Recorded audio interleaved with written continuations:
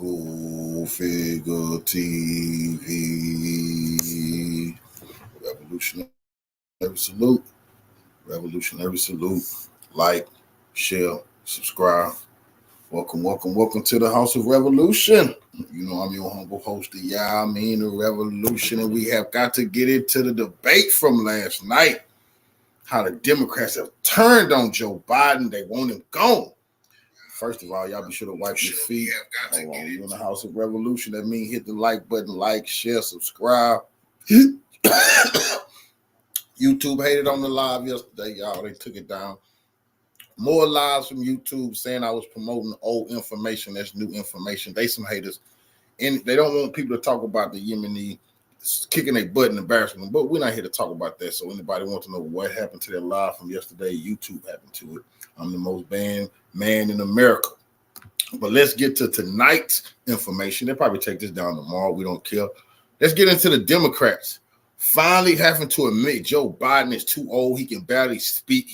It's elder abuse. They should be locked up, especially his wife, for abusing this senile old fool.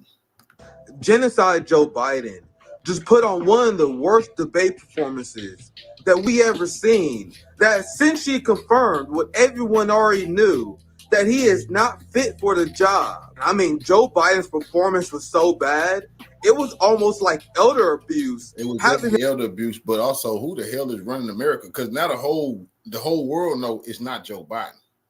I'm up there. President Trump? I really don't know what he said at the end of that sentence. I don't think he knows what he said either. Look, Biden was so incoherent. It was so bad for Biden that Democrats can't even spin this. Now Democrats are screaming through the roof that they must replace Joe Biden. This is so pathetic because the media and the liberal class will just spend weeks gaslighting the American people about cheap fakes and trying to convince Americans not to believe what their eyes are telling them. Joe Scarborough famously said that Joe Biden the best he's ever been. Now Morning Joe is essentially begging him to drop out. I don't really care. Start your tape right now because I'm about to tell you the truth. And F you if you can't handle the truth. This version of Biden, intellectually, analytically, is the best Biden ever. Now we're talking about my barnacle democracy. This is a battle for the future of American democracy. And now is a good time. In June, thank God, in June, and not October, in June, this is the last chance for Democrats to decide whether this man we've known and loved for a very long time is up to the task of running for president of the United States. The cost for Joe Biden to drop out are so overwhelming. It seems like this is definitely coordinated by the ruling class who wants Biden out. In fact, many people predicted that the Democrats would try to swap Biden out before the election, which is why Biden challenged Trump to this debate in the first place and made it so early, so they will have time to swap Biden out before the DNC convention. The most important takeaway of this is that after that pathetic performance by Joe Biden, no one can possibly believe that Joe Biden is actually in charge at the White House. Who the hell is making decisions on behalf of the executive branch? The emperor truly has no clothes.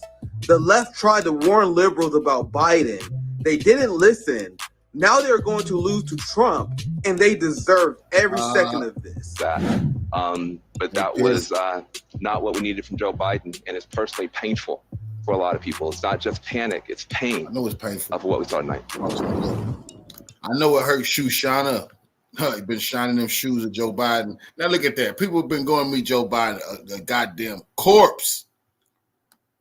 Now the whole world can see. The man could barely talk. Man could barely. All right, let's watch. Oh, this is great.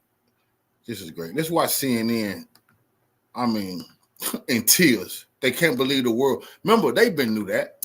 They've been knew this. But now the whole world knows. President and former presidents making their way off the CNN debate stage. Looks like Jill Biden, the first lady, has come out. Former President Trump walking off the stage. Jill Biden. The first debate of the 2024 campaign and the earliest presidential debate ever, now in the books and in front of the voters. Tonight, along with Aaron Burnett, the first word on what those voters might make of it from our political professionals, from our CNN flash poll. But this is not the first time.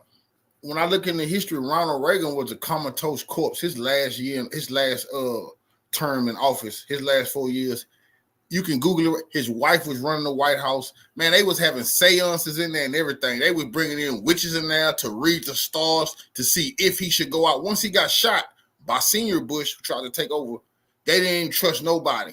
But they leave that out of history. Ronald Reagan was a corpse his goddamn self. This is not the first time that a president been a corpse like Joe Biden. They just don't want to tell the truth. But this is, they like people like Joe Biden to be in office so they could really run the show. He's just a name. And swing state focus group. We'll be talking to surrogates, including Vice President Harris, getting fact checks from our Daniel Dale and new reporting from inside both campaigns. With me here, CNN political commentator Scott Jennings, Kate Bedingfield, David Urban, Van Jones, Alyssa Farrar Griffin, and News 9 anchor Abby Phillip, and David Axelrod, and CNN chief national correspondent John King. John, let me start with you. Your thoughts. Anderson, this was a game-changing debate in the sense that right now, as we speak, there is a deep, a wide, and a very aggressive panic in the Democratic Party. It started minutes into the debate, and it continues right now. It involves party strategists. It involves elected officials. It involves fundraisers. And they're having conversations about the president's performance, which they think was dismal, which they think will hurt other people down the party in the ticket. And they're having conversations about what they should do about it. Some of those conversations include, should we go to the White House and ask the president to step aside? Other of the conversations are about, should prominent Democrats go public with that call? Because they feel this debate was so terrible. They do say in moments in the debate later, the president got better and got his footing, but then at the end, even his closing statement was a little halting. The contrast between the two candidates. Let me be clear. None of them, and a lot of Republicans, don't think Donald Trump had a great night. Donald Trump broke the fact check machine more than I can count tonight. That will be on the record as we go forward. He refused to answer some very specific and direct questions about his conduct on January 6th and what all. So that will be dealt with out there. And sometimes there's a parallel universe between the political elites and the American people. It'd be nice to see what the voters say. But I can tell you, it started minutes in. It started with the first couple of answers, and it has continued throughout the night from a, oh my God, oh my God, oh my God, to what do we do about this? And it involves very senior people in the Democratic Party, including elected officials, saying we have a problem. And just to co-sign what John is saying, I mean, the panic that I am hearing from Democrats is not like anything that I have heard in this campaign so far. And a lot of it has to do with, first of all, there was a deep frustration about Trump's lies. I mean, he lied a lot tonight. But the problem for Biden was that Trump was able to take sometimes incredible falsehoods and turn them into some kind of argument, whereas Biden's answers were, in a lot of cases, not coherent, deeply problematic, that he was not able to take pretty straightforward answers and answer them to the American public. And then also at some points, bringing things up that teed up Trump attacks. So there's a real concern here tonight that there's been some real damage done that cannot be undone. Biden solidified the perception among voters, but especially among his base. They were hoping that tonight would be a game changer. They are now seeing a president who is in the White House, who they do not necessarily believe can do this for another 4 years. David Axelrod? Look, I can't argue with either of them about how Democratic leaders are reacting to this poll.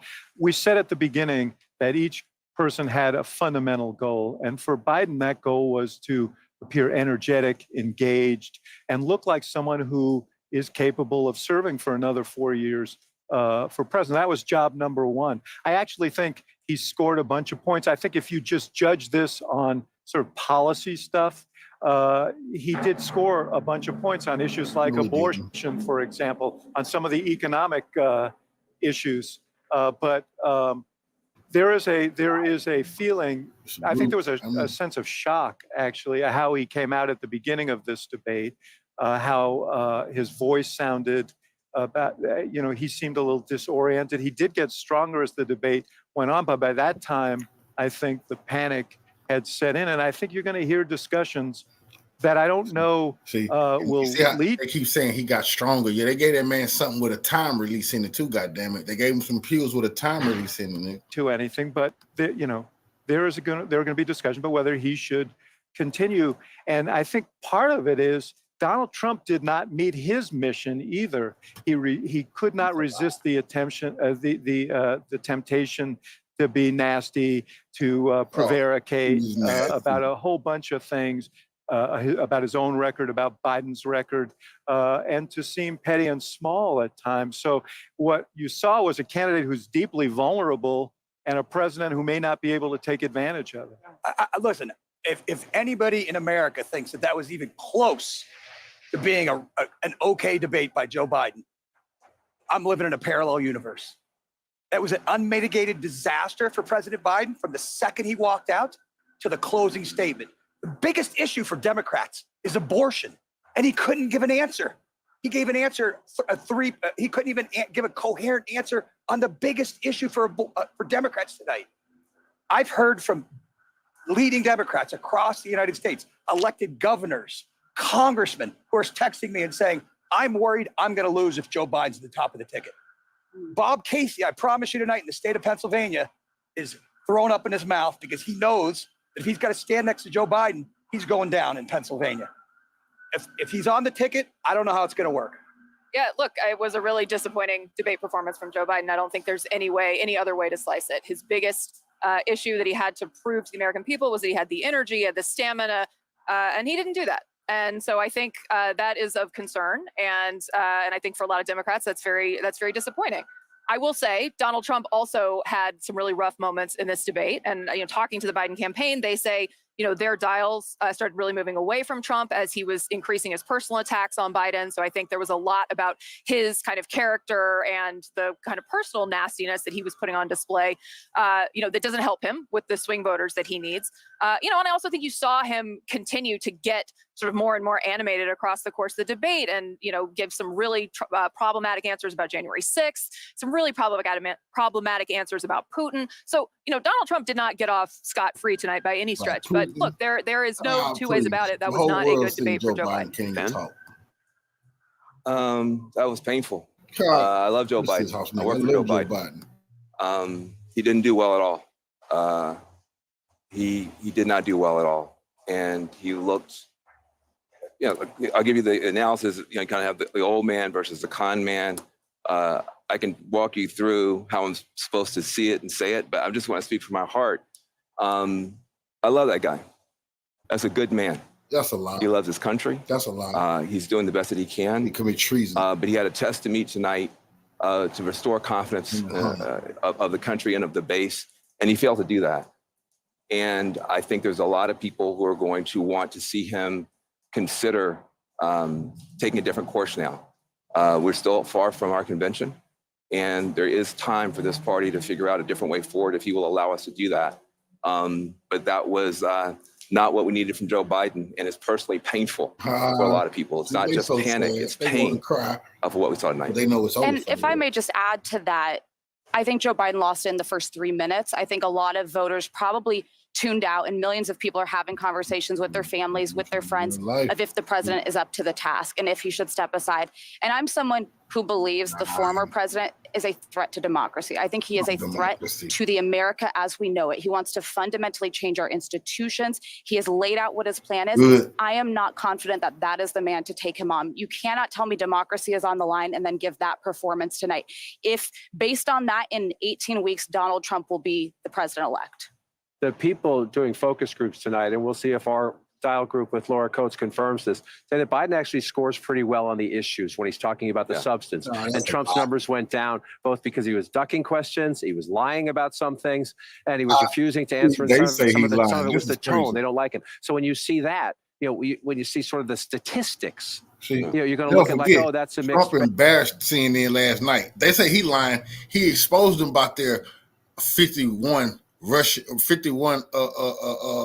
intelligence agencies said that Hunter Biden's laptop had all the hallmarks of Russian disinformation. He brought that up at the CNN debate. They looked like some fools. Why? Because they were lying.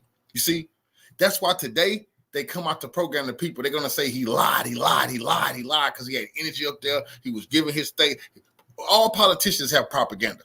Joe Biden lied so much, but Joe Biden's telling the truth, but he's just an old man, which is bullshit. So they got to come out here today and convince the people who seen the so-called president, the so-called leader of the free world, can barely talk. He can barely make a full sentence.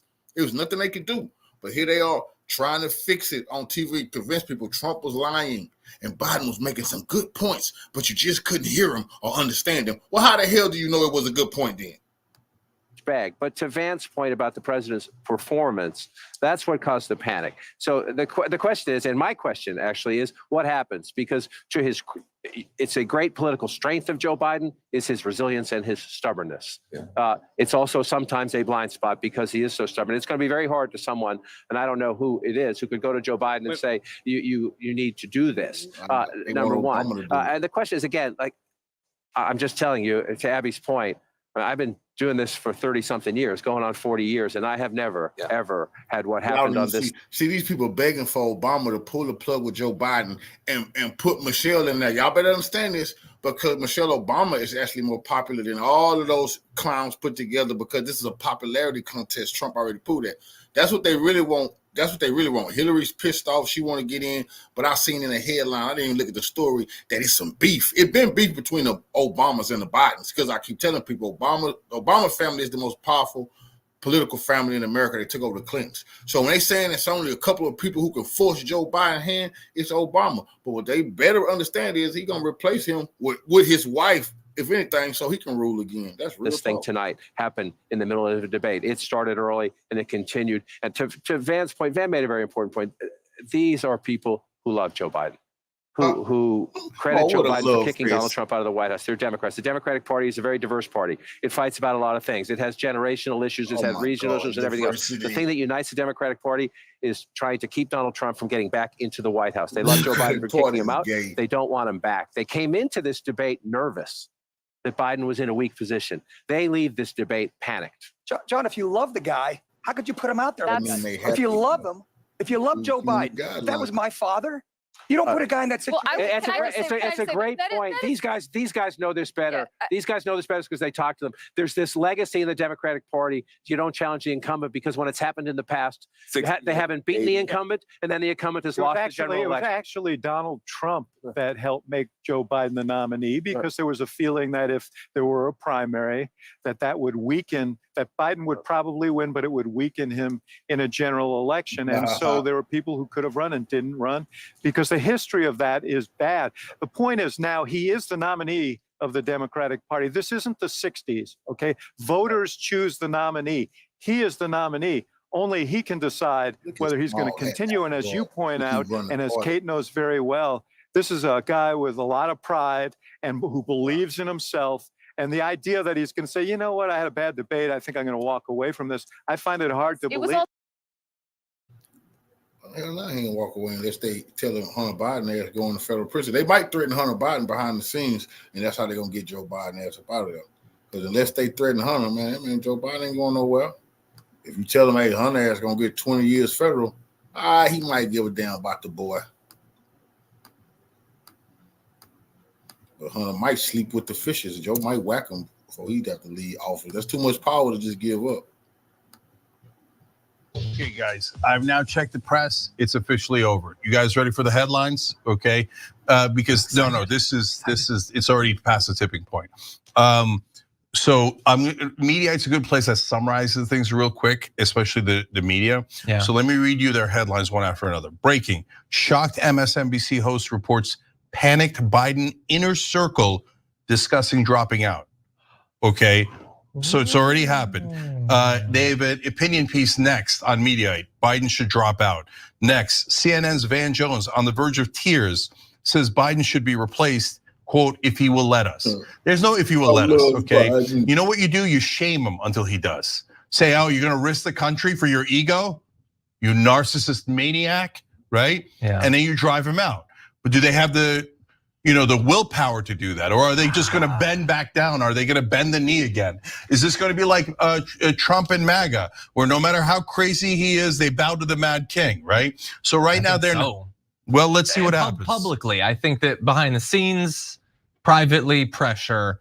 I don't think a lot of the formal surrogates, like the cabinet members, I don't think are going to come out and say that he should drop out. But I'd love to be surprised. No, the cabinet members are not going to do that. Yeah, the press would have to. But yeah. No, the press would have to do it. What's Scarborough saying? Yeah, well, we'll see tomorrow morning.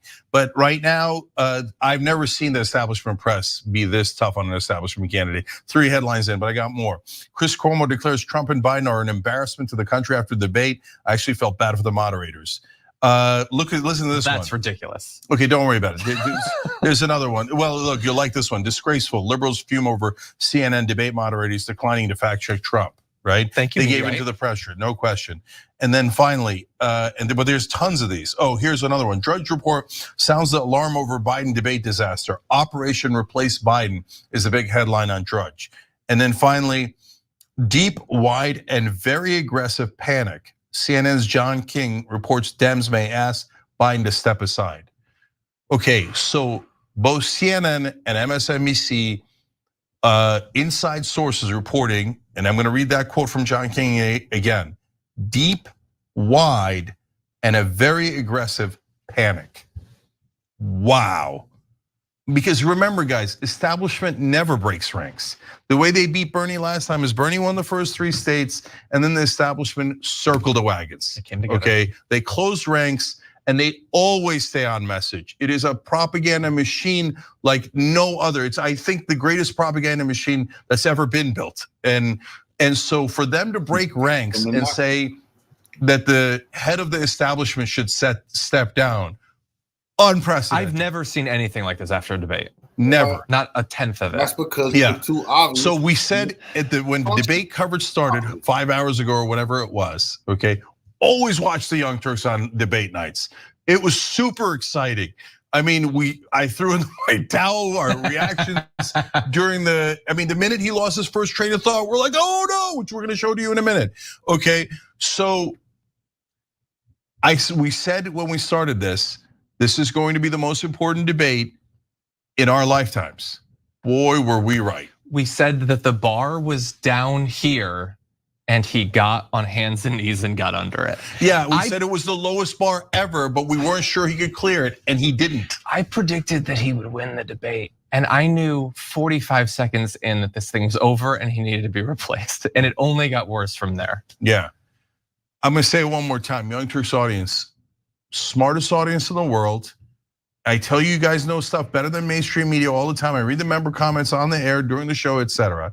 And what happened? You told me to go run in because the problem is nobody popular enough in the Democratic Party to beat Trump, except for Michelle Obama will have a chance because it's a popularity contest. She would unite all the hip hop and all the Greek freak boule house niggas and them white America who Democrats. They would absolutely back Michelle Obama. But other than that, none of them got the name recognition. They know that. They're Gavin Newsom my ass. He probably the president of Trump. But they don't have name recognition this late in the race to beat Trump. They know that's impossible. Because this guy was gonna lose, and you were right.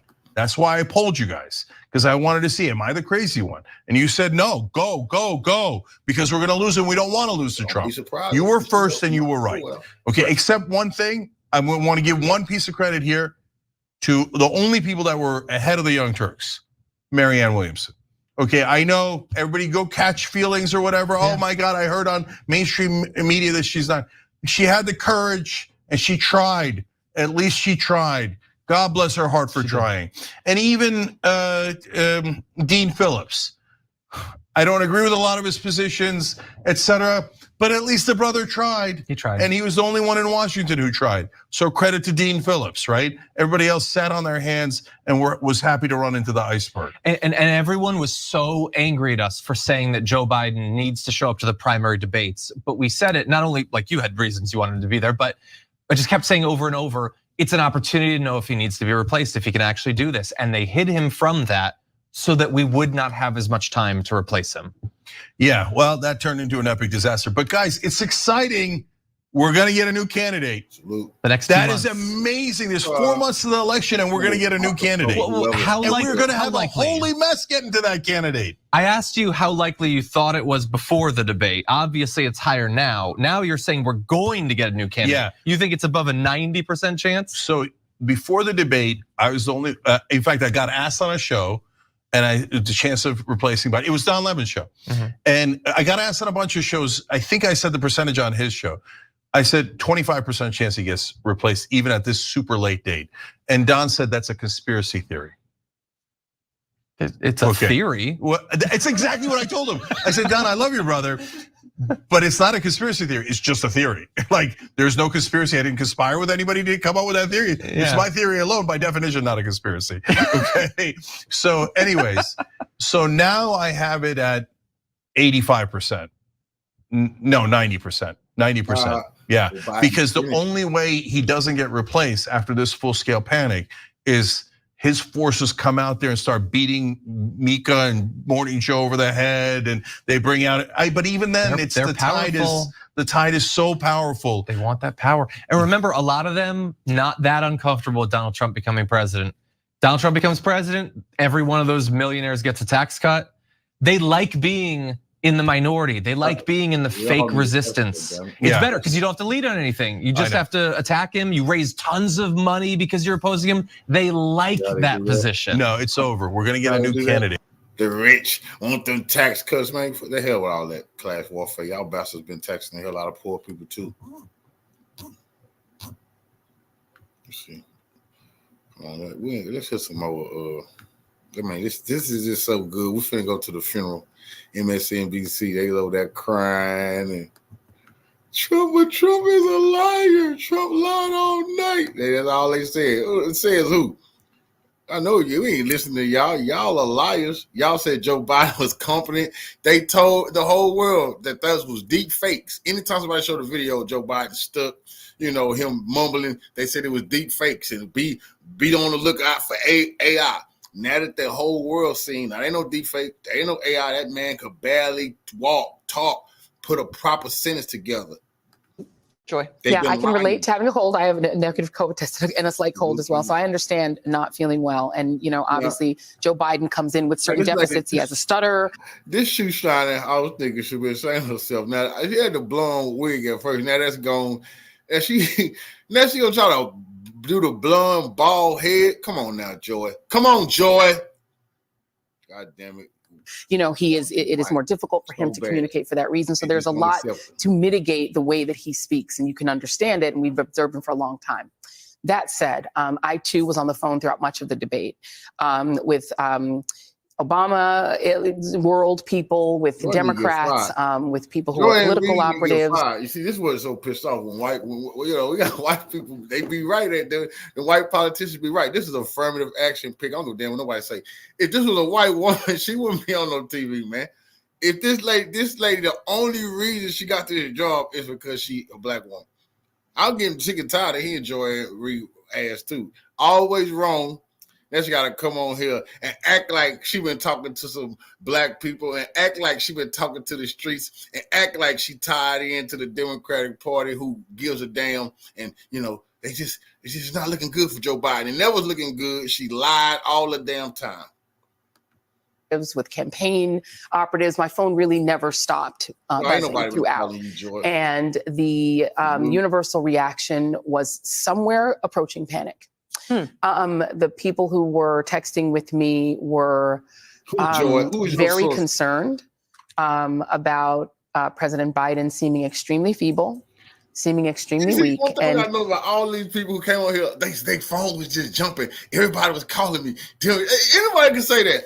Anyway, I can tell you, look, I was getting all kind of calls from how big wig political operatives. Come on, man. These people lying, man. These people don't have no damn sources. Everybody knowing goddamn well Biden fell on his face. Now, all of a sudden, all of them phones ringing off the hook with all these sources. Your sources never said nothing. So they didn't have no inside information before last night when the whole world saw the gig was up. Y'all been scamming. Look at this funeral. Every single last one of the people lied to us and told us Joe Biden was doing better than ever. He was vigor. We had a bunch of vigor in him. And come on. Now, when you seen Joe Biden last night, you're like, whoa, wait a minute. Who the hell run this country? It can't be that old man that's on the stage. Listen, the president of the United States is a sucker, but he's still one of the most powerful suckers in the whole world. I mean, this man got real problems every day. They talking about war with somebody, nuclear war. Ain't no way in hell Weekend at Bernie's Joe is running this goddamn country. And, I'll just reiterate what I said earlier. President Biden had one job tonight, and it was one primary job. And yes, it was to litigate Donald Trump's, criminality and all of those things.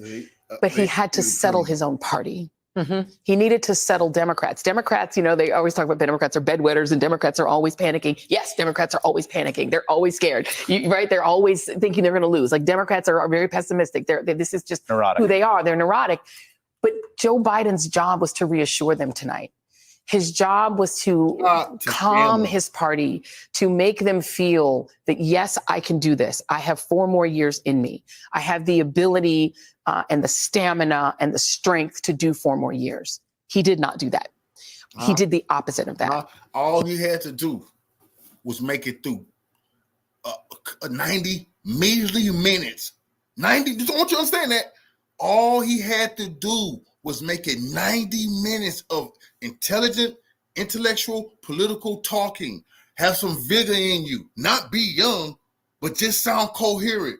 He couldn't do it. It was impossible to do. They gave him all kind of drugs. They was bringing him down, picking him up. He growling up there. He looking at Trump talking about my son is in a site. It just anytime he looked like he been passionate, he looked like a fucking psychopath. He made them more panicked. Mm-hmm. The people who were texting me were even more panicked. They actually expected it to be better than it was.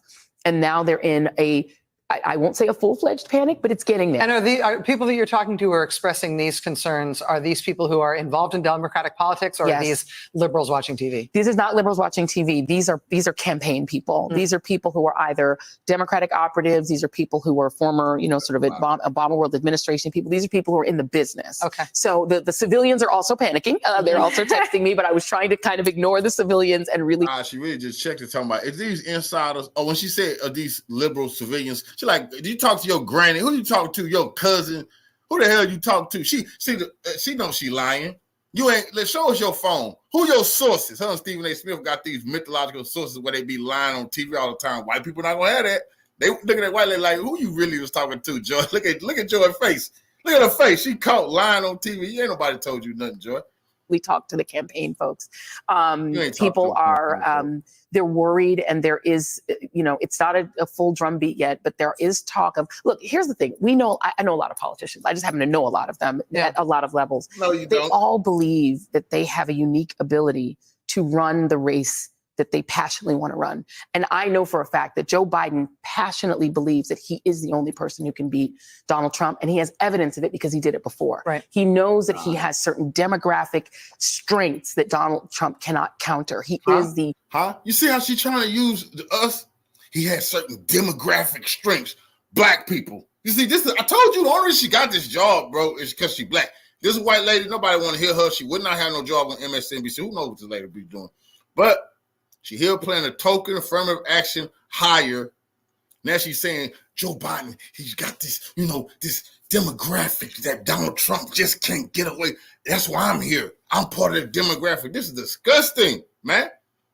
Joe Biden is an old, feeble fool who need to really be eating his porridge, man, and watching the stories. That's serious business with his ankle monitor on, because that bastard commits some federal crimes, and we still want him to get convicted now. The real working class white guy that's actually Donald Trump's base, so he knows how to talk to them. He believes that he is the only person that can do it. The problem is, after tonight, his party doesn't believe that. I want to hear from Lawrence and Chris as well. I first want to go to our colleague Alex Wagner, who is on site in Atlanta. She has been watching the debate in the spin room. Alex, what's the reaction that you've been hearing there? I'm not going to put a fine sheen on it or a spin on it, even though I'm in the spin room, Rachel. There has been a uniformly negative reaction to Biden's performance tonight. Surely, as Joy said, this was about revealing who Donald Trump was, but it was also Joe Biden battling a caricature of himself as an enfeebled person, an impression that Trump has been eager to convey to the country. And he did nothing to disabuse, I think, the country of the notion that he is very old and was lost frequently in that debate. I mean, on answers that should have been, to put it bluntly, a layup for him, whether it was abortion or the attack on abortion medication. His answers were rambling and incoherent. He turned a response on abortion into a mention of migrant killing. I mean, this is a person that clearly was over-prepared and had a lot of different points that were sort of swimming around in his head. And as a result, it felt like the answers that were legible, if you will, were. Look at this bullshit. He just was over-prepared. He just had so much knowledge in his head. He didn't know when to pull from certain information. So they ask him a question and he just saying anything. This is disgusting, man. It's disgusting. That's what old people who see now do. They just burst out and say anything. Back in 1941, I fought the Nazis. We're like, what the hell are you talking about? We're watching a football game, Pop. Not nearly delivered with the force and the clarity that they should have been. And I will say, Donald Trump was in some ways the most Trumpy he has been lately, full of lies and misinformation, but it was almost an afterthought. I think the press that I've spoken with and the sort of the focus in this room is just, the Biden campaign wanted this debate. This was their idea. And this is what happened you get what you asked as part of their strategy. It is confounding. We were told earlier this evening that the Biden spin team would be only making brief remarks in the room. And I don't know whether that is indicative of a group of people who understood the weaknesses that their candidate had in advance of this debate. But you can surely understand the logic of that after the fact. Alex, we've just had confirmation while we have been speaking with you just this moment that in just a moment, we're going to have Vice President Kamala Harris joining us live. So that's going to happen here just within a matter of moments. Lawrence, I also want to get your response. I think one of the interesting things that Alex said there was that some of the poor coherence and poor answers from Donald Trump are being viewed as standard Trump and therefore not newsworthy, while the performance from President Biden is being viewed as newsworthy because it came in below expectations. Yeah, and in any sort of normal universe, you would think the candidate who during the presidential debate said, I didn't have sex with a porn star, was the loser of that debate. Yeah. That would be the normal scorecard. So let's just remember that so far, the only thing we've been concentrating on here is optics, that thing we call optics. And in this case, also audio, because of the aging voice of Joe Biden. But the question is that we don't know the answer to is voters out there who went into this debate thinking they're for Biden or they're for Trump or thinking whatever they were thinking. What in this debate of substance that was true, if anything, moved their vote? So if you really wanted to look at it in terms of what is it supposed to be, it's supposed to be an illuminating forum in which you learn something about a candidate that you didn't know before that is true. Not that you learn a lie from the candidate. That's not what the objective is. But given that the optics is the way the game is played, what we don't yet know, and we'll know in polling a week from now or so, is what was the effect of all of this? Mm-hmm. What was the effect of the guy who said, I did not have sex with the porn star? What was the effect of the convicted criminal candidate pointing to the other candidate and calling him a criminal? What is the effect of all of that back and forth? And I think we're guessing about what the effect is of the realization that Joe Biden is actually as old as his birth certificate says. That's why they losing out. And that's why their ass going to get beat like a drum. They wasted too much time saying, the porn star. Oh, he convicted January 6th. They waste too much time spitting propaganda, not helping the American people, not putting up nothing on the table, pissing off. And then you got Boulay Martin, Roland Martin, I got to do a whole live on that. They complaining that Joe Biden and CNN, and they didn't even give black-owned news networks no passes to go to the presidential debate. You see these House niggas, They love the Democratic Party so much they couldn't even get in there, nigga, unless they was shining shoes. They were waiting tables, nigga. If you were serving, your ass was allowed in there. You wasn't finna be in there asking no questions, acting like you was one of them, right? That's what the coons deserve. That's what happened to Boulay last night. Joe Biden and we didn't treat them like reporters or black-owned news people. Hell they talking about. This is a Democrat to give a damn about them. Yeah, see? So very embarrassing for Coons and the Democrats last night, goddamn, because they built this man up, said this man here was gonna, he deserved 4 more years. We just seen him yelling that shit. 4 more years. 4 more years. The man can't talk. What y'all talking about? This man don't even know where he at. Remember, the judge said they couldn't prosecute Biden because he was a feeble old man. That's on court documents. He would be prosecuted for classified documents, but he's a feeble old man. I said it then, said, if he's a feeble old man, how the fuck can he run for president again? Man, people act like they didn't even give a damn about that. As he is, his voice is that old too, but he's 10 years younger than Warren Buffett. And both of them have a job that is essentially making decisions. And what was not shown to me in a way that was true in that debate is that Joe Biden has made bad decisions in the presidency. I don't see the set of bad decisions. And what was done in the Biden presidency was certainly underdeveloped in a debate where you never heard the word infrastructure, for example. Like, it was pretty underdeveloped as this went on. And that has a lot to do with the nature of the rules of these debates. I think what you just put your finger on to me is sort of the whole issue around where we find ourselves. The job of the president is making decisions. The job of a presidential candidate is to communicate. Mm-hmm. It just is. That's the job. It's a communications job. It is talking to people and communicating them, persuading them, trying to get people who don't agree with you. And I think Joe Biden has a very good record on making decisions. And I think he's a very poor communicator right now. And that inability to communicate, I mean, I see this all the time. We will cover things on our show all the time. This big OPEC oil trade they did, where they bought high, they bought oil very cheap and then they sold very high. They made all this money and kind of broke the back of OPEC. And people say, I didn't know that. Yeah. Well, that's awesome. That's cool. That did not happen. Just make that. Joe Biden should be the person communicating that. Joe Biden is not good at communicating his own record. Mm-hmm. And in the context of a campaign right now, his job, number one, is communicating.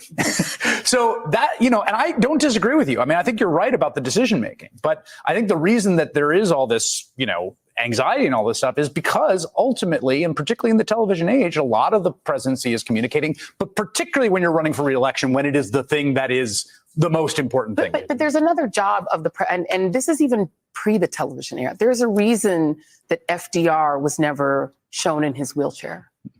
There's a reason that John F. Kennedy pretended to be a vigorous man when he was certainly not. Was a Viking, and Kennedy accelerated it, and I think Reagan super accelerated it because he was an actor and he was a Hollywood figure. And it's only gotten more intense until we got to President Obama, who became popular partly because rap artists were taking his speeches and turning them into hit music video. It's accelerated, but it was even true during the Roosevelt era. The president is an avatar for the American people. Right. And the American people have a very high opinion of themselves. The American people think of themselves, this country invented the concept of the superhero for a reason. Because the American people think we're Captain America. They think we're strong, they think we're robust, and they want their president to look that way. If William Howard Taft had lived in an era where they saw pictures of the president, he wouldn't have been the president. Mm-hmm. Americans want the president to represent them in the world in a certain way that has vigor, that has strength. Al Gore was a brilliant man, an excellent decision maker, made excellent decisions as vice president. Americans didn't care. They wanted the guy they thought was cooler. That's just real talk about Americans and about American voters. And so to your point, Joe Biden, yes, you can look at his record and it is factually one of the best records of any modern president. It is a top 10 president's record. What a lie. But you can't become president again when America... This is what's wrong with MSNBC. They liars. They know their audience is lazy and they're programming their audience. Listen, top 10 president of all time. Joe Biden. People like, what? Are you kidding me? The economy is in the garbage.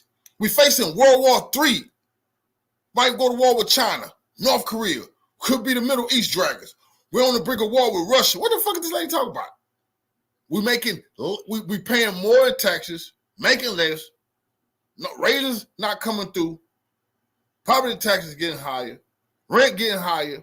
What the hell is this lady talking about? But he's one of the best ever because it's propaganda that they're spewing. They're trying to make Democrats feel better about their goddamn position. It's just this is crazy.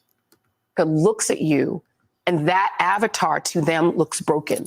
Well, let's not pretend this is a good thing. Right. Let's just remember that what's happened here is imagery has taken control of the way we see presidential campaigns. Yes. FDR could not possibly have survived. At all. They say Joe Biden won't be going through this if people couldn't see him. The problem is you can see him. The problem is it's 2024. It's not 1930. Yes, it's not 1930. It's 2024. We get to see you and hear you. And it's bullshit y'all been running on the people that this man is coherent enough to run America. He's not. He couldn't even be coherent for 90 fucking minutes. That's a big problem. 90 minutes. They think we're going to give him 4 more years? We want to know how he going to make it to the end of his goddamn term. Like this at any time, and he was arguably our best president. Could not possibly have done it. He was in much worse physical shape in his last presidential campaign, and was in effect much older because he turns out he was in the last year of his life in his last presidential campaign, which he won.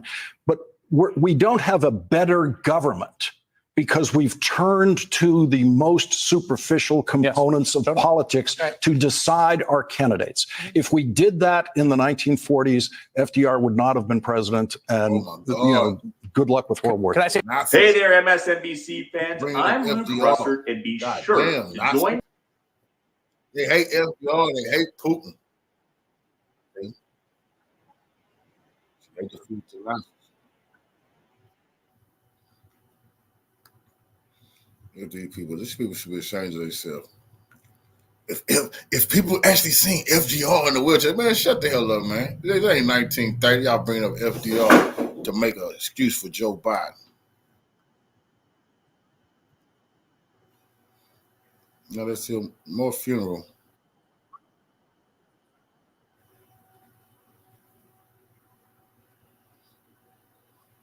Reasons. It was a debate unlike any other we've seen. I want to get your analysis immediately right after this debate and what it means. Look, we began this conversation before this debate. You know, one of the things was, would either candidate look like the caricature that the other campaign has been trying to paint of him? And at the end of the day, Joe Biden looks like the caricature that conservative media has been painting. And there were no clips tonight, right? This was, you saw it before your eyes. MSNBC, NBC now, they call him Biden a caricature of what they all saying the same thing. Meaning now they got a script, run this script on the people. That Biden looked like what Trump then was saying he looked like, but Trump is a liar and you can't take him serious. That's the script that they run. Look, I don't want to just tell you what I think here, Tom. I've been talking to a lot of leaders in the Democratic Party, electeds, coalition leaders.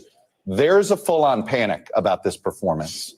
Not like, oh, this is recoverable. It is more of a, okay, he's got to step aside. There's a lot of that chatter. This is about as bad of a performance in order to that Biden could have delivered if his goal was to try to sort of calm the waters among Democrats. I mean, look, there was a poll just out earlier this week that showed, you know, a lot of Democrats, it's not just elected Democrats, rank and file Democrats are both supportive of Biden, but think he should not be seeking a second term. I have a feeling we're going to see more polling on this, and we're going to see that number even higher. But the panic level, particularly among elected Democrats who have to share the ballot with him, there's a full-on panic tonight. Maybe they'll get calmed down in the morning, but there's going to be there's a lot of chatter among donors tonight, a lot of chatter among major elected leaders tonight. again, if the Biden campaign needs to, they have a lot of calming calls that they're going to have to start making, or they may see this get momentum publicly, and I don't know if they can stop that. Well, Chuck, and I want to ask you about that, because if you open up any news website right now and you see the headlines are exactly what you're talking about tonight. So if you're a Democratic voter, if you're somebody who's going to vote for this party, and now you're confused because you hear your party leaders are concerned as well, walk our viewers through what potentially could or could not happen. I mean, is he going to run no matter what? Is this conversation too early to have? And is there a process in place where Democrats can get together? And if he's not their guy, is there enough time to find somebody else? Well, look, I mean, this was always one of the interesting timing of this debate was always that, oh, this is intriguing. The Biden campaign the crazy part about it, the only person, like I told y'all, is Michelle Obama. They probably going to save her for her own run, her and Gavin Newsom. Her and Gavin Newsom probably run together. She'd love to be the VP for Gavin Newsom. Y'all be looking after that. But only person is Bernie Sanders, who got the popularity, but he didn't stab his coalition in the back. They might not trust him again because he laid down for Obama. But he the only one who had the youth, the college kids, and all that. They actually supported him, but because he wanted free health care, high minimum wage, and all that shit that the imperialists in this country do not like, they really would rather lose to Trump than win with Bernie Sanders. Wants a debate before you pass the last exit for gas, meaning before the Democratic convention. If Joe Biden decides he does not want to seek this nomination, he can release all his delegates. And then it basically becomes an open convention. And we haven't had a real open convention really since 1952. So, and that becomes a whole, you probably have the vice president, you might have a couple of governors, you might have the home state governor in Illinois, who's the host of the convention, wanting to follow in the footsteps of an Illinois governor in 1952, who was able to gather that nomination in Adlai Stevenson when the convention decided to hand it to him. But it all begins with Joe Biden would have to agree to do this. And you don't walk away from these things. They're going to fight. I mean, you feel a little bit of the fight tonight. They're trying to say, look, he was thrown off a little bit at the beginning. I don't know how you're thrown off, that you're surprised that inflation is the first question, but that's their excuse. Chuck, maybe that'll be enough to calm the waters. I don't buy it. And I'll tell you this, Tom, I think there are two public Democrats to be watching for and to see if they say anything. Because I think there are two Democrats who, if they went public with this, I don't know if Joe Biden could stop the freight train. One would be Nancy Pelosi and the other would be Barack Obama. And I think those are the two most influential. What I told y'all earlier, they want Obama to get rid of him. But Obama, behind the scenes, I just seen the papers, it's a fight going on. Obama already told him Michelle is his choice to be in the White House. And that is, he's not going to back Hillary. You can forget about that. They hate her guts. If he remove Biden, Michelle Obama going to have to step in with Gavin Newsom. Influential Democrats right now in this process, in this party, and where this could end up going. Well, Chuck, it's interesting you say that because the two of them have been some of his biggest supporters to date, right? And you're right, his strongest voices to date. I do want to ask you something. Do you think it was a bit of political malpractice by his staff to announce midway into the debate that he had a cold and not let people know that early on so they could have lowered the bar so people could have been ready for what we saw of Joe Biden in the beginning? And again, it could be spin, it could not be true. But listen, this is what we're hearing from the Biden campaign.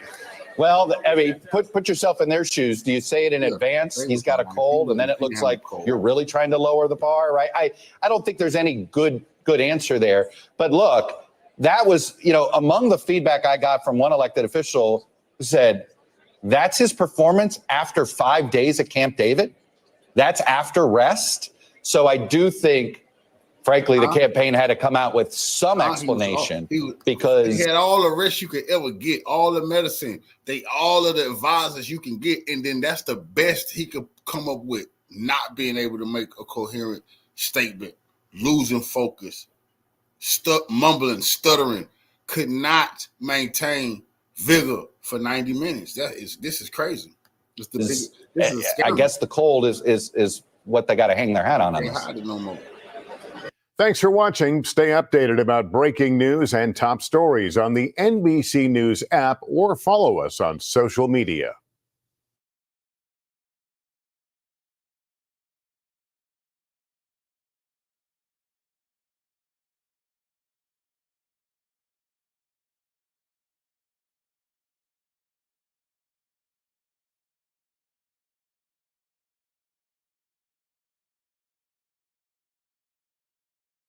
Let's break it all down this morning with Kristen Welker, moderator of Meet the Press. So, I mean, spin aside, this isn't, as we said before, it isn't the performance that the Biden team hoped they would get. They wanted this debate. They wanted to put to rest these issues about the president's age and ability and competence, and that didn't happen. Savannah, that didn't happen. And remember the timing of this debate. They were hoping they could get people to tune in early. This was the earliest debate we've seen in modern American history. Biden was trailing in the polls within the margin of error heading into this debate.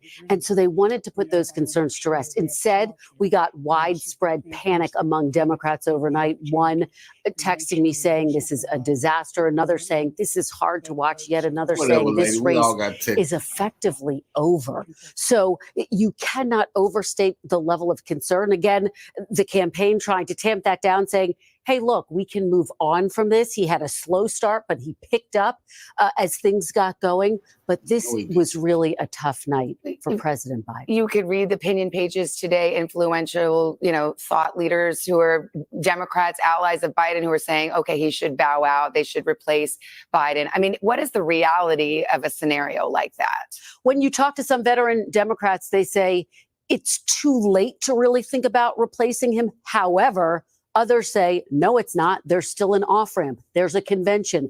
There could be a brokered convention. But what would have to happen in order for that to take place?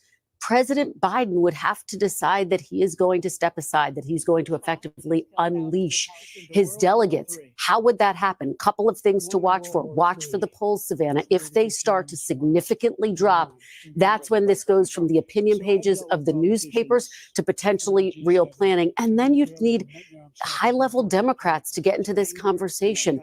If you talk to insiders, there may be a handful of people who could actually have that tough conversation with President Biden. The First Lady, maybe former President Barack Obama. But right now, they are not there. I want to stress that. A lot of Democrats saying, stop panicking.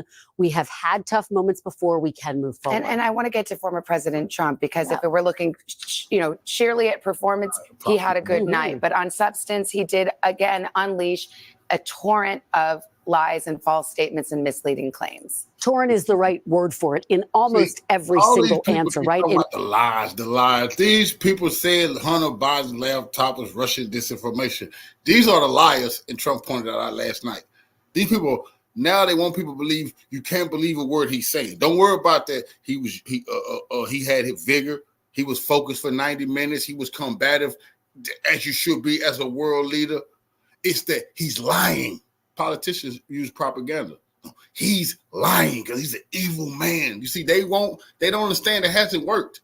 And coming on TV and saying this bullshit is not going to help Joe Biden, but they can't help themselves. In one case, he was talking about abortion. He said some states allow abortion after birth. That's just not the case. That's not true. It went unfact-checked.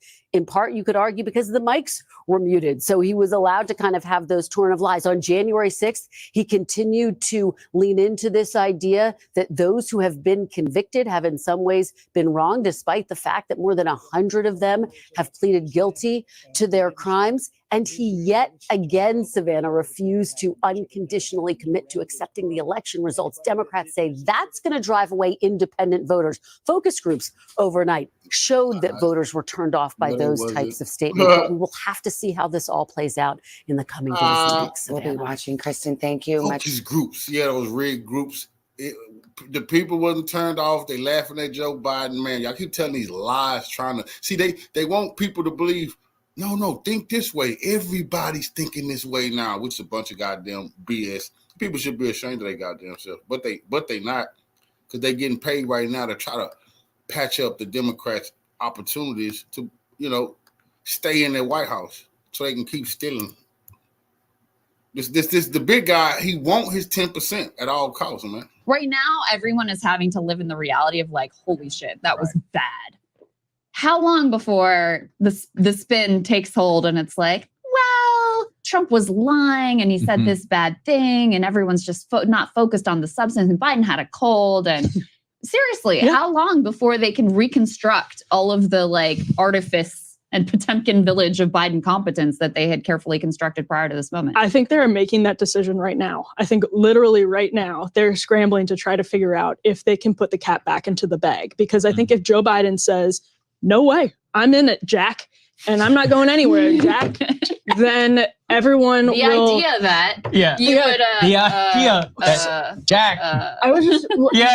I had forgotten about this, but Megyn Kelly just showed this clip of Morning Joe saying, it was Mika saying, Marjorie Taylor Greene might as well just written this report on Biden's health. They said this just a few weeks ago. I mean, it's insane. Right. It's insane. And so the only reason that everyone is now expressing surprise is because they feel like they can't get away with their lie anymore because everybody saw it crumble on national television. But we all saw Joe Biden after the Her report come out and say, I have no memory problems at a press conference in which he had several lapses in his memory. Right. It was like clearly not okay. We've known he's not okay. So if he tells his inner circle, whose friends are all scattered across corporate media, that he's going to do it, they'll find a way to make it work. Well, that I experience, don't know if that's true. That experience with that report is what made me question, because after that report came out, where he said basically like, I can't charge this guy. The jury's gonna be like, he's just a confused old man. How can you know, you can't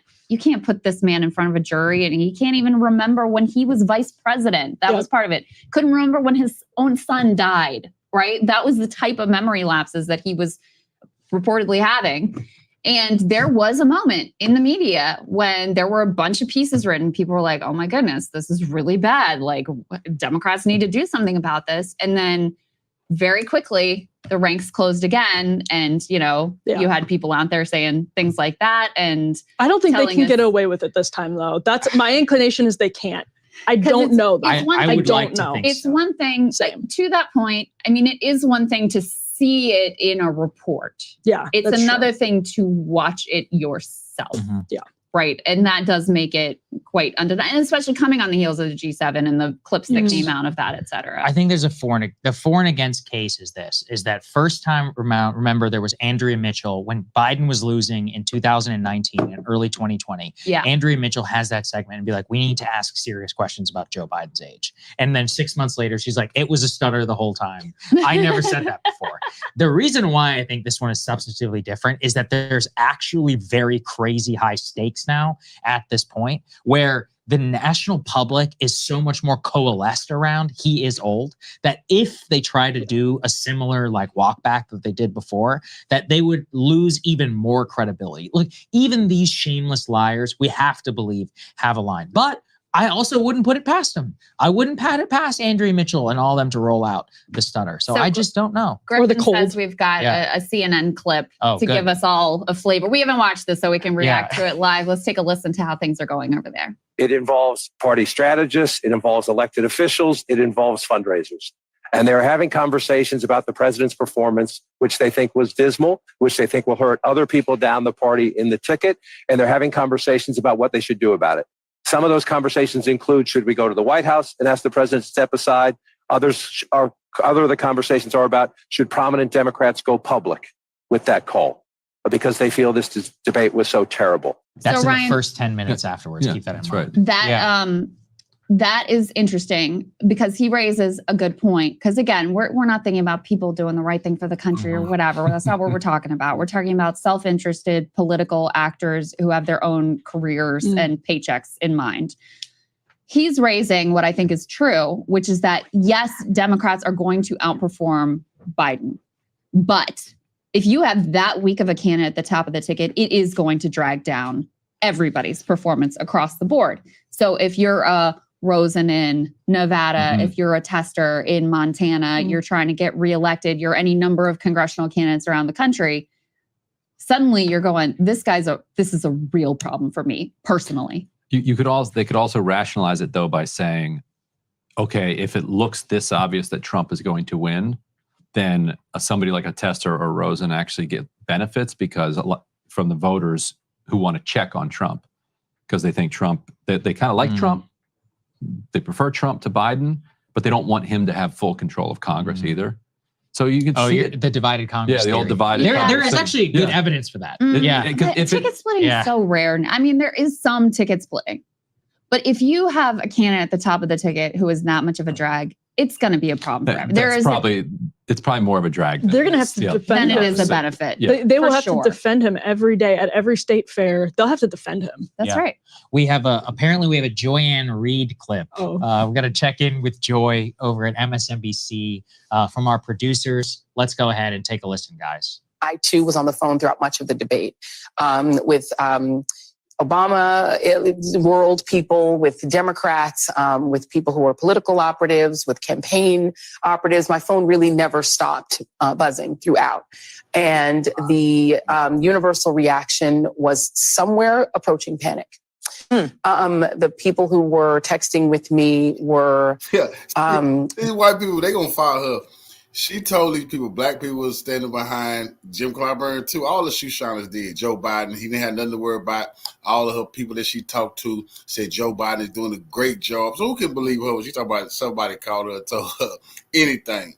Very concerned about President Biden seeming extremely feeble, seeming extremely weak. Extremely feeble. How good? It's bullshit that they're surprised by this. Yeah, and how good is Manos? But you know what, Emily? I am surprised by how bad it was. Not to that. But we don't. And nobody gasped. We're not. We're not in Obama world, and we don't spend time with the people who spend like time with him every day. Right. Yeah, but I mean the level, because here's really the thing. Though, yes. I thought, listen, we saw the State of the Union. He was okay. Yeah, he was fine. But he was reading off a teleprompter. Right. Mm-hmm. When he has and he had the audience. When he had an audience. That's when true. He has to gather the words for himself, it's bad. And it was worse. I had low expectations. My expectations were on the floor. Yeah. I thought he would at least have some moments on abortion or on January 6th or something that they could take and run with. And this was strong. There's not one moment. Because when we were picking clips of like, all right, how do we want to represent this debate? And I had in my mind like, we're going to show all the bad ones. If he has a good one, like we should show that. Yeah. What am I going to show? Yep. There's nothing to show. Nothing. Zero. And his handicap? There's plenty of things Trump said Morals of an alley cat. Yeah, that's good. Yeah, that was Morals of an alley cat. Which also sounds like something that 112 He's like in a fedora. That guy's got the morals of an alley cat. Are you in the production of Annie? Yeah. Like, what are you talking about? Got the morals of an alley cat. Yeah. It's like, what? But all the chimney sweeps know. It's not like, okay, Trump looked like a connoisseur out there. He did. In comparison. But imagine it's Gavin Newsom up there on the station. Yes. Gavin Newsom could have picked Trump apart in that there was plenty to work with there on abortion, on Stop the Steal, on all kinds of things, right? That Trump is just making up shit as he goes along. But he at least seemed like he will survive another 4 years, know? And so in contrast, he looked absolutely, incredible. And you didn't see any of that pushback. Any of the attempted pushback was so incoherent, you didn't even know what point Biden was trying to make in response to it. So, I mean, the fact that you have CNN with Van their Jones. sources, Van Jones, Nick Kristof, Axelrod, Joy Reid, Joy Reid, Nicole Wallace, and Casey Hunt. Yeah, Casey Hunt over who cut off the Trump. Although I do want to say the CNN moderators were pretty good. They did a good job. But you know why? I think I was surprised by I that. think they were quote unquote good is they didn't really have to moderate. They didn't have to do anything. They just had to read the questions. And how many other times too? They're like, Mr. Biden, you have 88 seconds left, and he's like, after the Medicare thing, it was horrible. And they were like, you have 37 seconds left, Mr. President Biden, and he just is like the complete blank stare. There's a New York Times headline on your screen right now that's insane. Facing Trump's misleading attacks, Biden appears shaky at times. Yeah, or just about captures it. Biden struggles as Trump blusters in a contentious. But it was already. There's no both siding this. It's a disaster.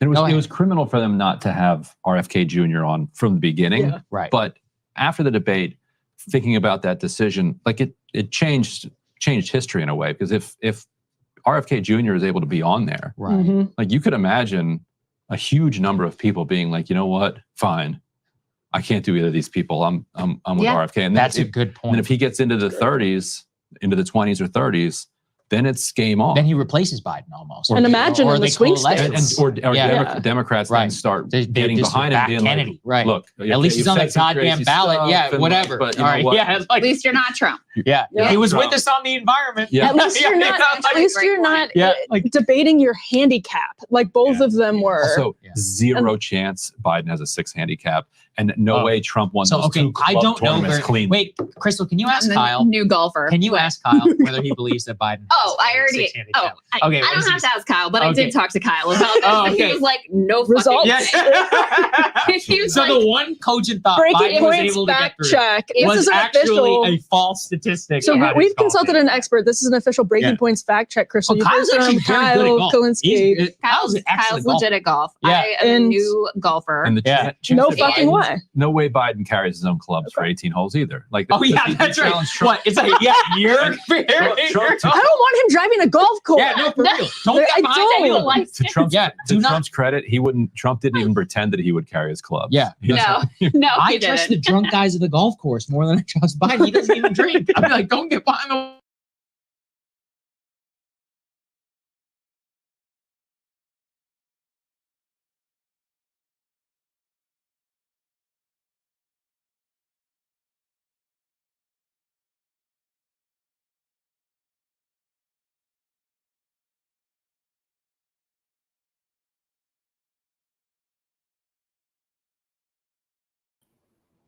Well, a lot of the talk ahead of this debate was Donald Trump accusing Joe Biden of taking Adderall to be hopped up. It didn't sound like Adderall. It sounded like he needed Benadryl, because now the initial reaction from Democrats, Jackie Heinrich just sent a group of us on a Fox internal email chain. She talked to a well-connected Democratic source who said the House and the Senate are going to be the Republicans for now. Everyone is freaking out. He, the president, needs to go, but there's no way to replace him unless he agrees. And we got a couple more quotes from Pat Ward, who is our senior editorial producer here at the White House. He says one Democratic source tells Fox, not good, and another Democratic source tells Fox, I am in shock. 2 people who work with the campaign in Wilmington told me during the debate when I asked, what's wrong with the president's voice tonight? They said he has a cold. But at no point in the run-up to this did they say he had a cold. In fact, they were posting videos of him drinking water, like a dark Brandon water, in the elevator at the venue to say that that was his performance enhancer. Nothing about a cold. And we understand that his schedule the next couple days is going to be packed. He's going directly from the debate to North Carolina for some campaign events and then to New York for some fundraisers. If he is actually sick, you would think that they would take him down because he is having a hard time speaking and it's possibly contagious. We have not heard about any scheduled changes yet. Peter, we're being told that the vice president is going to be out doing media tonight. We'd love to have her on here. She's welcome anytime. Madam Vice President!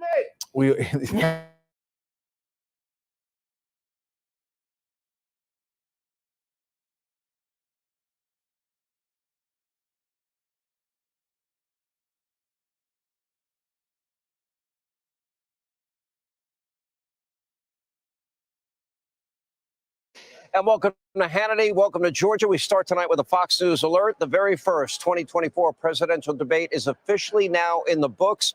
We are live from a very, very busy spin room right here in my former city, my former home, Atlanta, Georgia. Now, in a moment, we're going to be joined by Senator J.D. Vance, Senator Marco Rubio, RNC Chair Laura Trump, and many, many more people that you're going to want to hear from tonight. But first, this was historic.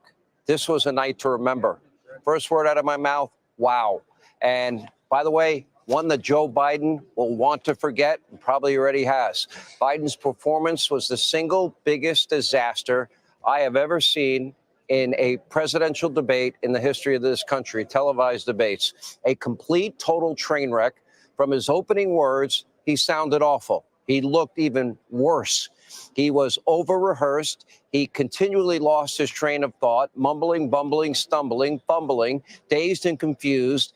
And this all after one full week of prep, at times totally incoherent.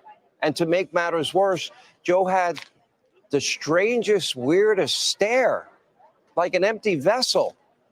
I actually was feeling so bad for him. I was also hoping maybe at some point, maybe a family member might come in and throw out in the towel. He simply is not strong enough physically. He is not strong enough, doesn't have the stamina. He's not strong enough cognitively. He doesn't have the mental acuity to be the president of the United States. That's what the country saw tonight. You decide. Make sure that all those things we need to do, child care, elder care, making sure that we continue to strengthen our healthcare system, making sure that we're able to make every single solitary person eligible for what I've been able to do with the with the COVID. Excuse me, with dealing with everything we have to do with. Look, if we finally beat Medicare. Thank you, President Biden. All right. Can you decipher what he was trying to say there? Does Joe even know what he was trying to say? President Trump pointed that out at one point. It is scary. And it was not, by the way, the only unusual moment from Joe Biden tonight. Here he is trying to talk about kitchen tables and rising prices. Pay close attention. The crazy part about it is that it's already been pointed out. The people who in power in our country in key positions are small hats. I can't say exactly who they are. They pull my live. Y'all should know exactly who they are. That's the crazy part about it. So we know he's not running the country, but all the people in authority is not the people they be really showing to y'all. They are small hats in key positions who have seized this goddamn country. Attention to how he says it. No senior has to pay more than $200 for any drug, all the drugs they conclude beginning next year. And the situation is and we're going to make that available to everybody, to all Americans. So we're working to bring down the price around the kitchen table, and that's what we're going to get done. Meanwhile, on the topic of abortion, Joe Biden very weirdly focused on people getting raped by their siblings and their brothers and sisters. Take a look. Look, there's so many young women who have been, including a young woman who just was murdered, and he went to the funeral. The idea that she was murdered by an immigrant coming in, they talk about that. But here's the deal: there's a lot of young women to be raped. We're going to interrupt this tape for just a second. Joe Biden is speaking live. Let's go to Joe Biden. I guess he's talking to the press somewhere. Look, folks, what's going to happen over the next couple of days? They're going to be out there fact checking all the things he said. I can't think of one thing he said that was true. I'm not being facetious. But look, we're going to beat this guy. We need to beat this guy. Joe Biden, and I need you in order to beat him. You're the people I'm talking about. This is body double. We seen the real Joe. Come back to me. All right, that's Joe Biden at a debate watch party. Can't really make out exactly what he's saying. Let's go back to the debate itself. Here's Joe trying to talk about veterans and D-Day. Take a listen. Body double. I was recently in France for D-Day, and I spoke all about those heroes that died. I went to the World War II cemetery, World War I cemetery he refused to go to. He was standing with his I want y'all to remember that. And he told me, who they put on TV with some vigor and some energy. That's not going to be him. This was Joe Biden. This man that came to the debate because they couldn't sneak the body double in. They couldn't get him in there. They had the real Trump, real Biden had to show up. Not the other person who just was on the stage after this debate who had a little more energy. That's not Joe Biden. The losers and suckers. My son was not a loser, was not a sucker. You're the sucker. You're the loser. President Trump? First of all, that was a made-up quote, suckers and losers. They made it up. It was in a third-rate magazine that's failing, like many of these magazines. Let's stop here about Joe Biden for a second. You cannot diminish the unbelievable debate performance tonight that we saw from Donald Trump. Donald Trump was focused. Donald Trump didn't take the bait. Donald Trump did not in any way react. He was lucid. He was on his A game. He did not get upset at anything Biden tried to throw at him. And in fairness to fake news CNN, fake Jake and fake Dana, they put aside their prejudice, their hatred towards Donald Trump for the night, and they actually asked questions and waited for answers, and I thought they managed the debate fairly well, something I didn't expect considering we've been playing all of the tape of them trashing Donald Trump for many, many years. So I guess credit for one night. Biden didn't just get confused and fumble over his words. He also lied. He lied about suckers and losers and that hoax. He lied about the economy. He lied about taxes. He lied about violent crime. He lied about the border in particular. Biden even lied when he said he got an endorsement from the Border Patrol Union. Well, moments ago, the Border Patrol Union tweeted this statement, "To be very clear, we never have and never will endorse Joe Biden." But despite all of this, his most egregious lie was about the brave men and women but you of our don't hear military. CNN Take a look. talking about Joe Biden's In the lies. military. They trying to make the people think Trump was a liar. But Joe Biden was up there telling all those lies last night, and they never ever once fact checked him like they're trying to today fact check Trump. You know, when he was president, they were still killing people in Afghanistan. He didn't do anything about that. When he was president, we were still finding ourselves in a position where you had a notion that we were this safe country. The truth is, I'm the only president this century that doesn't have this decade, that doesn't have any troops dying anywhere in the world like he did. Really, Joe? No troops dying? I know you were looking at your watch during the dignified transfer, but did you really forget about the 13 Americans who were killed in Afghanistan, or the thousands that you abandoned and left behind because of that disastrous withdrawal? This debate made one thing very clear. Joe Biden is not fit to be president. Donald Trump clearly is. The Drudge Report sounding the alarm on what they're calling Operation Replace Biden. Dems scramble with 130 days to go. Debate catastrophe, or as Politico put it, Biden is toast, calling it now.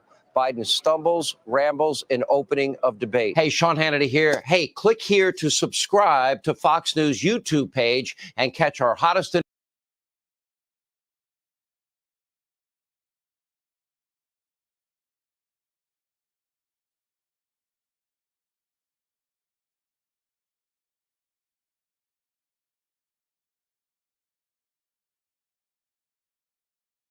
Let's talk. And the morning after, right? Consider this show that your morning after pill, right? So what did we have? We had a debate last night. Now, okay, there are many of us. I talked to a few friends who agreed with me. My position before the debate was there's a couple of options here. Number one, the level of incompetence of the Democratic Party, of the political system in the US has reached a level where they don't know what to do when they have the problem that they have, right? That they are just, if you look at it, let me just say this. Let me give you some examples. They're in a war in Ukraine, and they have to continue to tell their citizens that they can win the war, that there's a chance that the Ukrainians can win, that, this Ukraine's, I mean, I still see these articles. Russia's losing. Russia lost 5 million troops yesterday.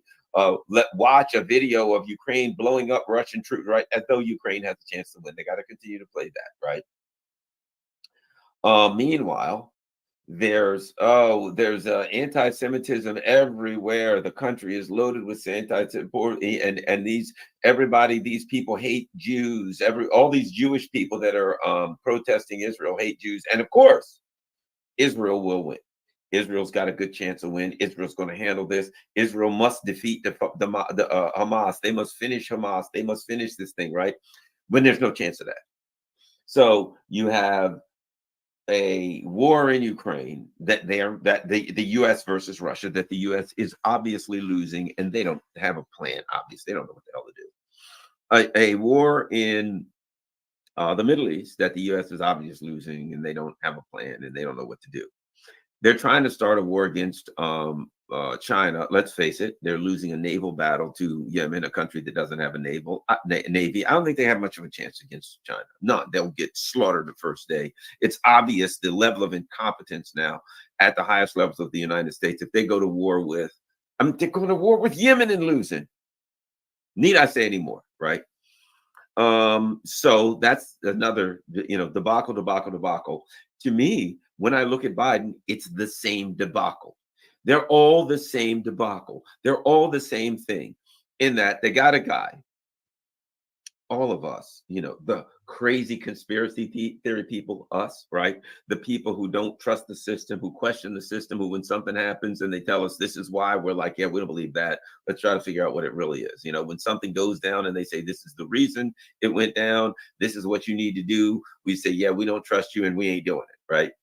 Those of us, the crazy conspiracy theories, the QAnon nutcases, we're both far right-wing and far left-wing at the same time. We're right-wing fascists and we're left-wing commies, all at the same time, right? All of us extremists all watched videos of Joe Biden for the last couple of years.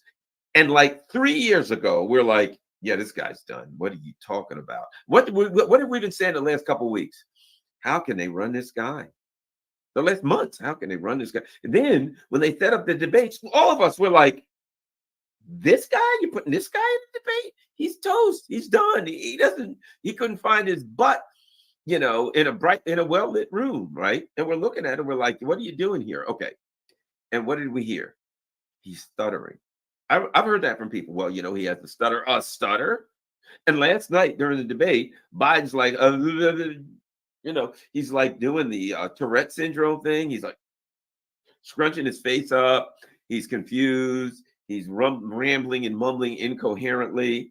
And then we saw something go across the screen. Now, how obvious is that they were like, oh shit, we are in deep trouble. What do we do?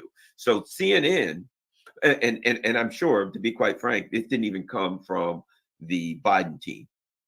CNN runs something across the screen. The Biden campaign says that Joe Biden has a cold. That was CNN. They didn't hear that. The Biden campaign did not call them and say he has a cold.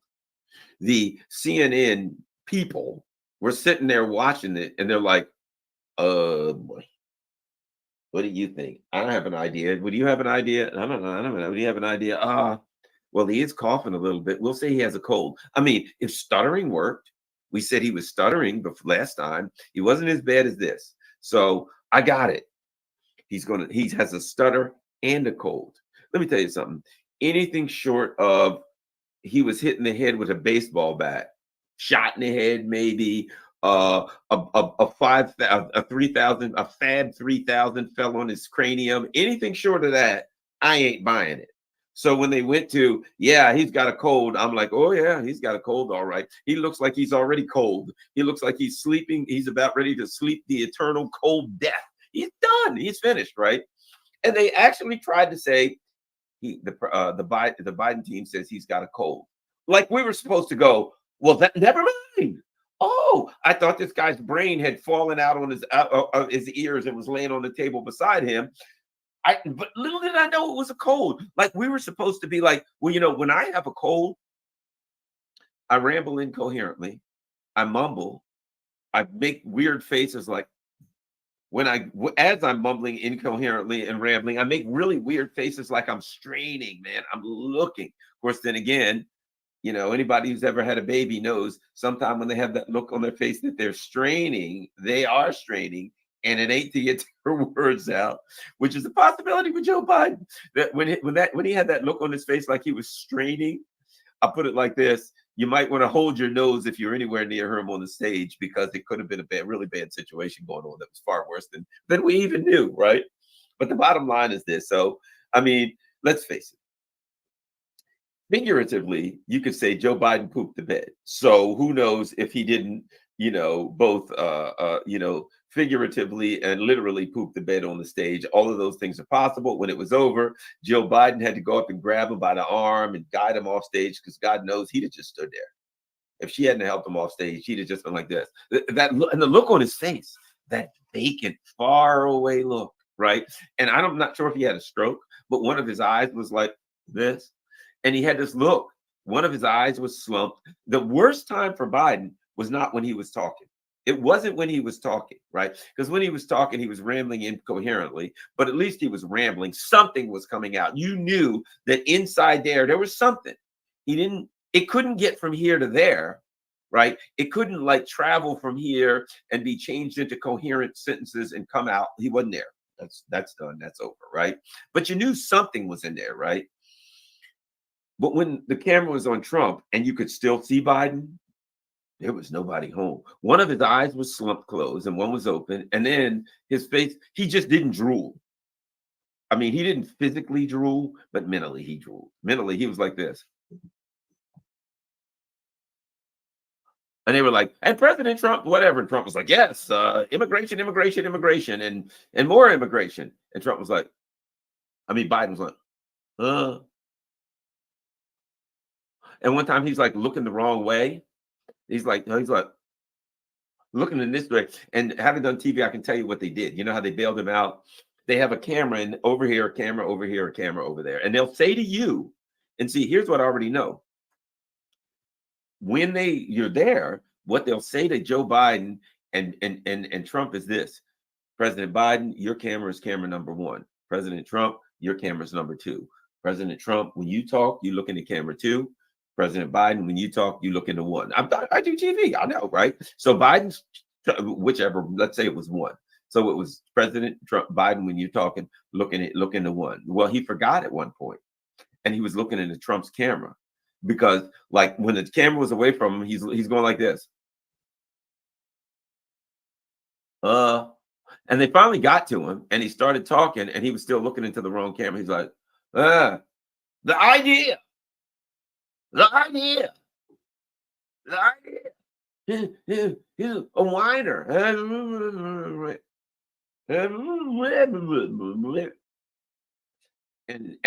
But he's like, so he's drooling, he's looking into the camera, and all he's saying over and again is, the idea,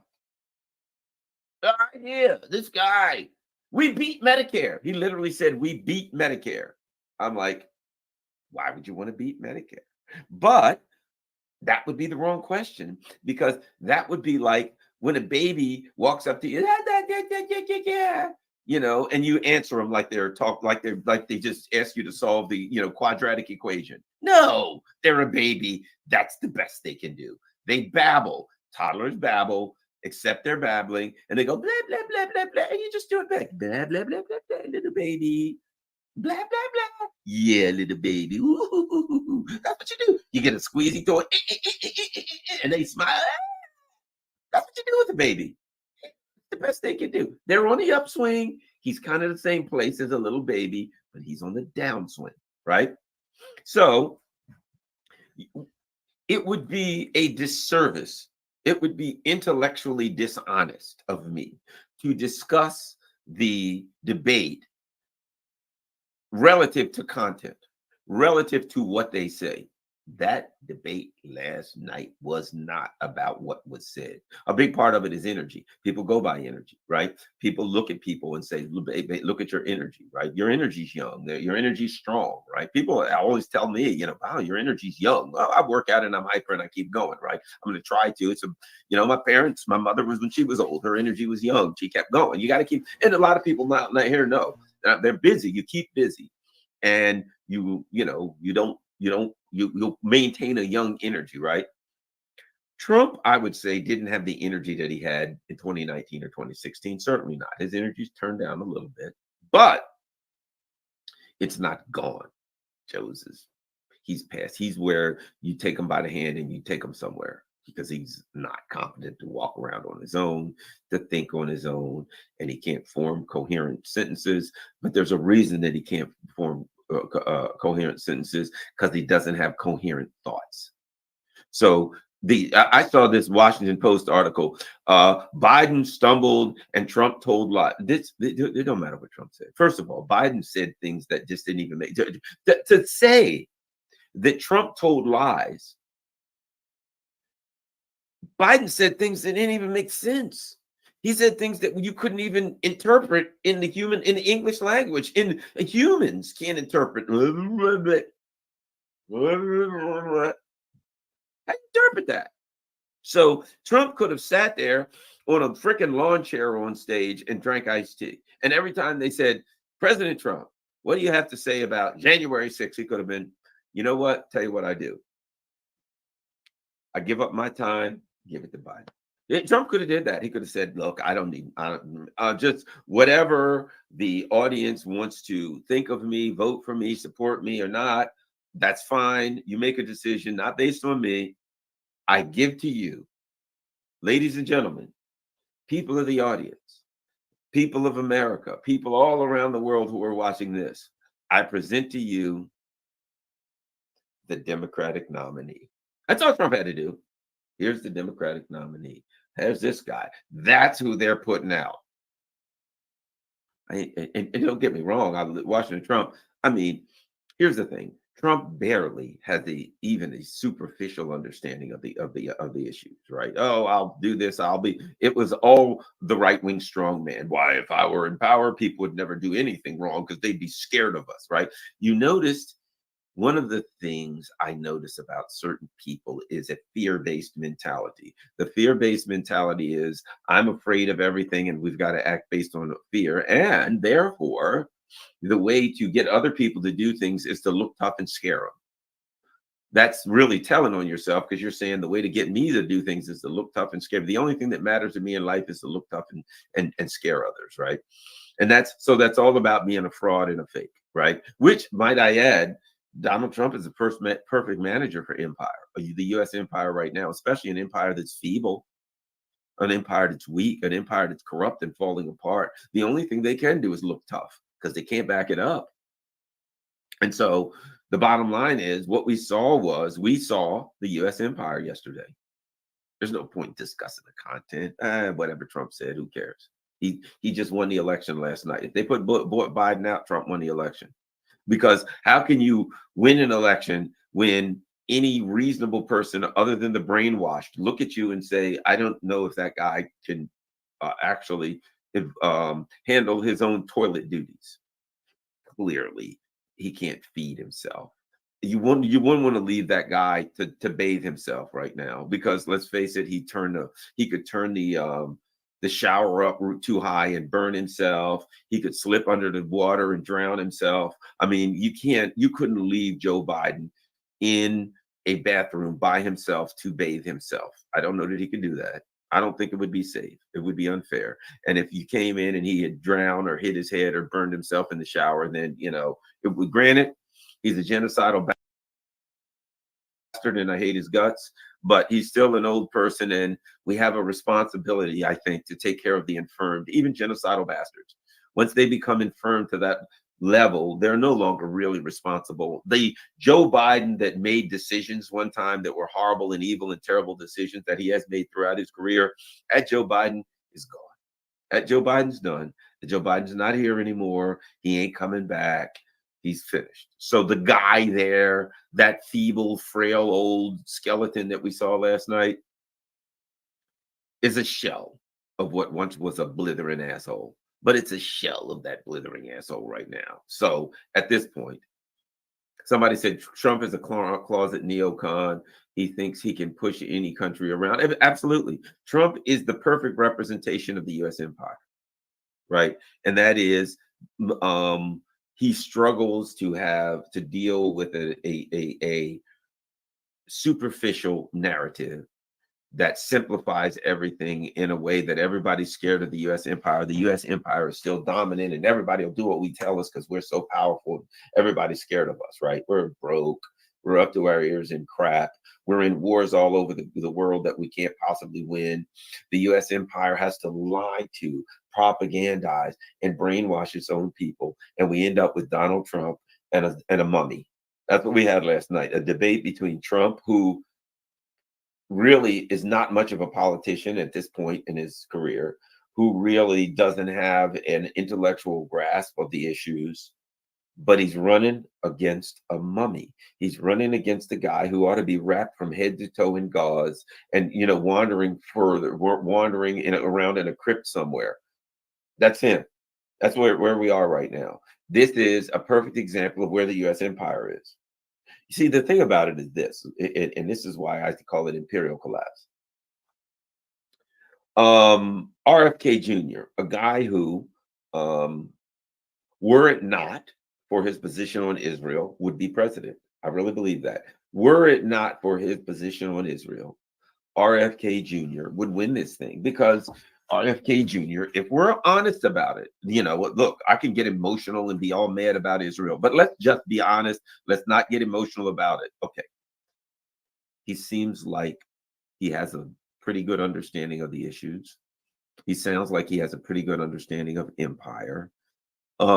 He is far better than the rest of these guys when it comes to foreign policy, when it comes to the whole COVID, when it comes to a lot of things, so much so that they have to try to paint him as a madman and a crazy guy. So anytime the empire and the system has to paint you as a bad guy and a crazy person, that means you're onto something, right? But I also think this, he ain't no dummy. And he knows that if he doesn't go along with the Gaza genocide, then he'll face his own personal genocide. He knows they killed his uncle. He knows they killed his father, and he knows why. And he knows that if he comes out here and says the truth about the whole Gaza conflict, that he will be number 3. It will be a trifecta. The next Kennedy will go down. He knows that. So he's a smart guy. He knows the truth. But he has chosen to do 2 things. Number 1, to go along with the Gaza genocide, and number 2, to live. Because if he don't go along with the Gaza genocide and he runs, he would be winning and they'd kill him. Those are 2 things I actually believe. He would be winning and they would kill him. Because if you listen to what he's saying, he has a grasp, an in-depth grasp of the issues. He talks about foreign policy, and he says a lot of things that a lot of us would say, yeah, that's reasonable. We finally got a guy that's not a crazy person. Do I disagree with him on a lot of things? Particularly, I'm a person who has a radically different economic and social policy than, economic, particularly policy. But the bottom line is this: were it not for the Gaza, he'd be looking pretty good right now, but he'd also be looking pretty dead right now. So I understand all of that. So they couldn't have him on stage. They had to change the rules so he couldn't be on stage, because you had Trump, who has a superficial grasp of the issues. You had Biden, who, well, he's Joe Biden, he's finished. And to have a guy who has both an understanding of the issues and the ability to clearly articulate his thoughts would have been over yesterday. If he was on a debate, I mean, how could you very well look at the 3 of them and say Joe Biden or Trump was an option? It's just that the Gaza thing is killing his campaign. But if it didn't, it would. I really believe this. They take him out. Right? So what do we have? We got a guy who I think, in Joe Biden, really, really represents the empire. What's interesting is, as clownish as these 2 guys are, they really represent the empire well. They do. They are the perfect representatives of the U.S. empire. Trump, in that our narratives are superficial, right? Putin's evil and we're good, and Assad. There's a group of evil people: Putin, Assad, Gaddafi was evil, of course, and Maduro's evil, and the leaders of Iran are evil. You know what's the interesting thing about all of those evil people? They got like the most oil of any countries in the world. Let's see. Venezuela, they're run by an evil guy, and they got more oil deposits than anybody in the world. Russia, the only reason they don't have more oil deposits than anyone in the world is because a lot of their area is unexplored. Probably they do by far. Libya, they had more oil than any country in Africa, loaded with oil, up to the gills in oil, right? Or they had a lot. It may not be more than any country in Africa, but way up there, right? Syria, lots of oil. See, for some reason, every country, if you got a lot of oil and you won't go along with the U.S. empire, your leader's going to be labeled as evil. That's a given. That's done, right? So we got superficial foreign policy that makes no sense. But the only thing it really posits is the U.S. is good.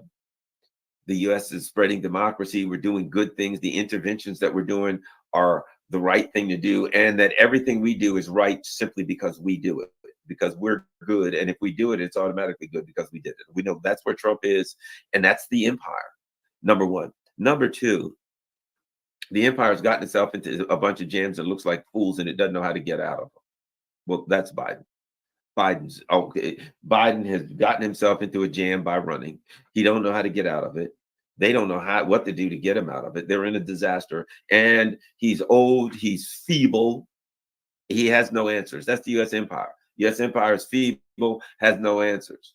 Russia's growing, China's growing, India's growing, everybody's growing, and the U.S. is like, nobody can grow. These countries are not allowed to grow. We must contain these countries. Really, you think you can contain Russia and China? You think you can contain Russia and China? Your brain is more deteriorated than Joe Biden if you think you can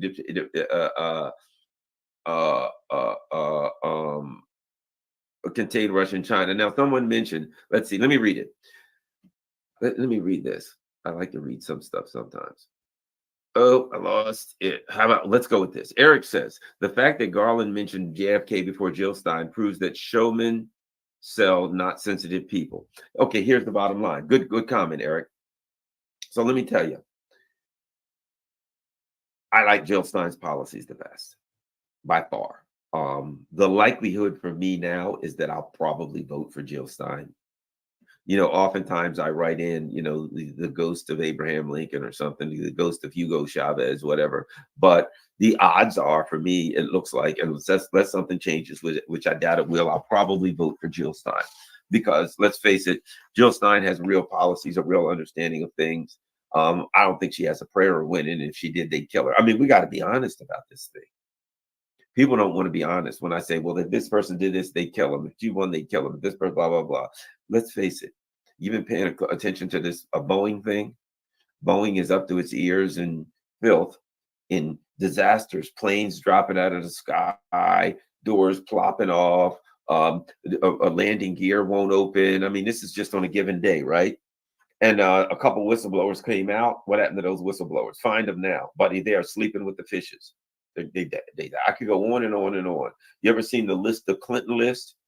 How many people mysteriously committed suicide? Right. So the bottom line is this: they killed the president already, JFK. They killed a potential president, RFK Jr. And I could go on and on about the presidents that they've killed. You know, most of them that died, they weren't accidental deaths. You know, so bottom line is this. I believe that the empire has no qualms about taking somebody out that they don't like or that they feel threatens their interests, which is that the ruling elite gets all the money and everything and you get nothing, and that we don't have a democracy, that they choose everything. But think about this. This country that spends so bottom line with Jill Stein, if she won, yeah, she, you know, let me ask you this. Anybody know who makes the plane that the president flies in? You know who makes Air Force One? Boeing. Boeing. If Jill Stein won, the door would come off and they'd suck her out the door at 60,000 feet. And she'd drop, you know, to her death. She'd freeze, you know, up there and then drop to her death. She's out of here. She's done. Now they'd check her and find a bullet in her. They'd kill her. Right? She's done. Let's go on.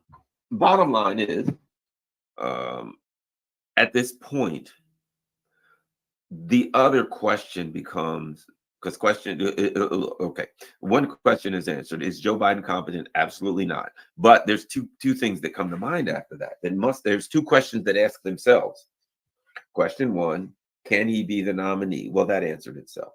No, he can't be the nominee. But they could still try, give it a shot if they want to. But if they do, I mean, what are they going to lose? 48 states at this point. So that's over. But let's just say, you know, possibly they can run it.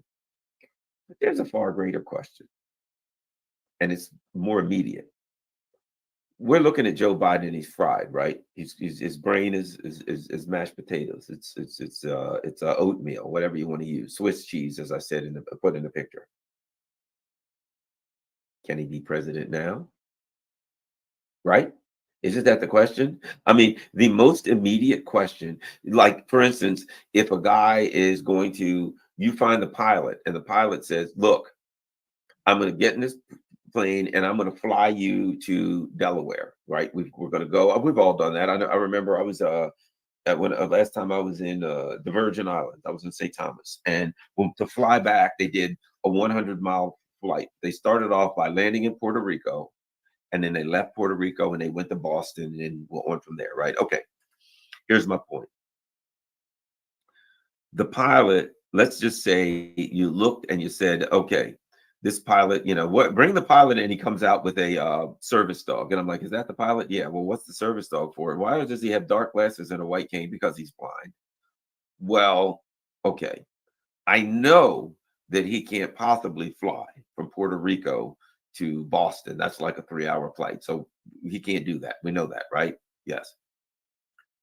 Can he fly the first leg of it?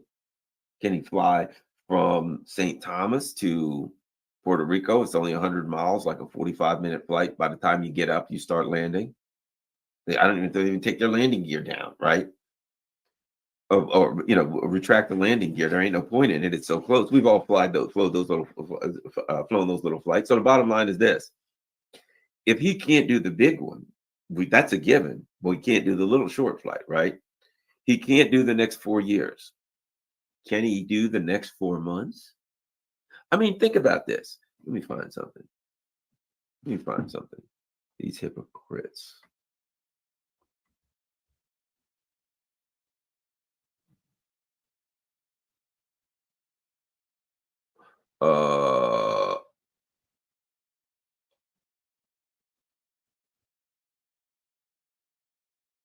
Here's an example, pbs.org, right?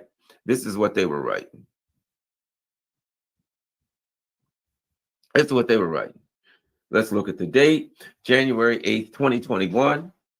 What is the 25th Amendment and what could it mean for Trump, right? So they're going on, they could get through impeachment. Use of the 25th Amendment has rarely been used since its ratification. It defines how the president can be removed, blah, blah, blah, blah, blah. So basically they said that you can use the 25th Amendment, the vice president and other members. It says Vice President Mike Pence and the majority of the cabinet members would have to give a written statement to Congress declaring that President Donald Trump is unfit for office, right? So I could go on and on, but the machine was talking about the 25th Amendment for Trump because Trump was unfit for office. They could say that, oh, he's unfit for office. Okay. You made that argument, but it was absurd. But they made that argument because they were trying anything they could to get rid of Trump. Fair enough. What's the point of having the 25th Amendment? Based on what I saw last night, let's not ever discuss the 25th Amendment again. Let's not have that discussion. Let's not even pretend like it exists. It doesn't exist. If you can come on a stage and you don't have a firm grasp on reality, if you can't put together a coherent sentence, you're changing in the middle of sentences, you're stumbling, you're bumbling, you're confused, you're scrunching your face up. Your wife has to help you off stage. We've all seen the videos, right? We've watched the video of Obama helping him off stage. We saw the video last week of he was at D-Day and he's wandering around and Giorgia Meloni had to go get him and bring him back to the crowd. I mean, we could go on and on. I've seen video after video after video. The video that Jimmy Dore had last week when he was trying to mention the Homeland Security Director Mayorkas, and he literally said, yeah, yeah, yeah. He got like his brain got hung up and he goes, yeah, yeah, yeah, the Homeland Security. I'm not going to mention him now. We all saw that. And we said, yeah, he's done. The people behind the scenes knew it. You know they knew it. They knew it when they stuck him out here. Either, I probably started this earlier, didn't finish it.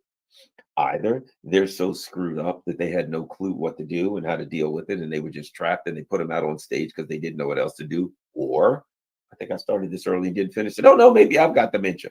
But at least I ain't as bad as Biden. Or, and this is another possibility, that Joe Biden was hard-headed. And maybe they talked to him, hey, Joe, perhaps you should step down. And he said, no, I'm fine, Jack. Give me some more ice cream. And they said, okay, how can we get rid of him? I got an idea. Yeah, let's go ahead and do this debate. What? What are you talking about? We can't possibly put this man out and do a debate. No, hear me out. Hear me out. This is, Blinken and Sullivan and the idiots there. Hear me out. This guy's hard-headed. We told him, we talked to him until we're blue in the face and he won't listen, right? Correct. Stick them out there. You can't be. You can't be. You can't. No, you're not saying what I think. Are you saying what I think? Yes, I'm saying what I think. What you think? We put him out there. He won't listen. He won't say no. He won't step down. Okay, we got to let him humiliate himself. If we let this guy do the debate, this situation will take care of itself by the next morning, and then we can do what we know we already need to do, is get rid of him. So I think there's a possibility. I'm not eliminating the possibility that they're blithering idiots and that they were just trapped in a narrative, as they are in the Middle East, as they are in Ukraine, and they didn't know how to deal with reality. They could only deal with the narrative that Trump was really the guy that was a goofball, and that Biden was, as brilliant as, a regular Stephen Hawking, right? They couldn't, or they chose to. They couldn't do anything about it because they were so inept, or they chose to because that was the only way they could expose him to the world, and then they wouldn't have to do it. And then everybody else would come to his inner circle and say, guys. Obama would walk in, guys. But they have a problem.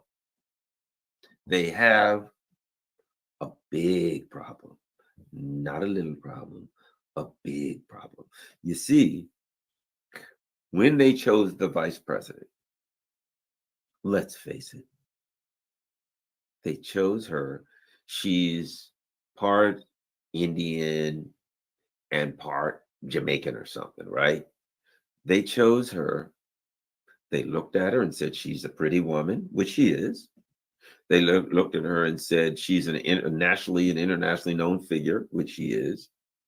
And she's a, quote, woman of color, whatever that means. I'm not even 100% sure. They come out with terms like a BIPOC, a Black or Indigenous person of color. They come up with so many of these names now. I don't know what the hell person of color means, but whatever it is, these people looked at Kamala Harris and said, she's one of them.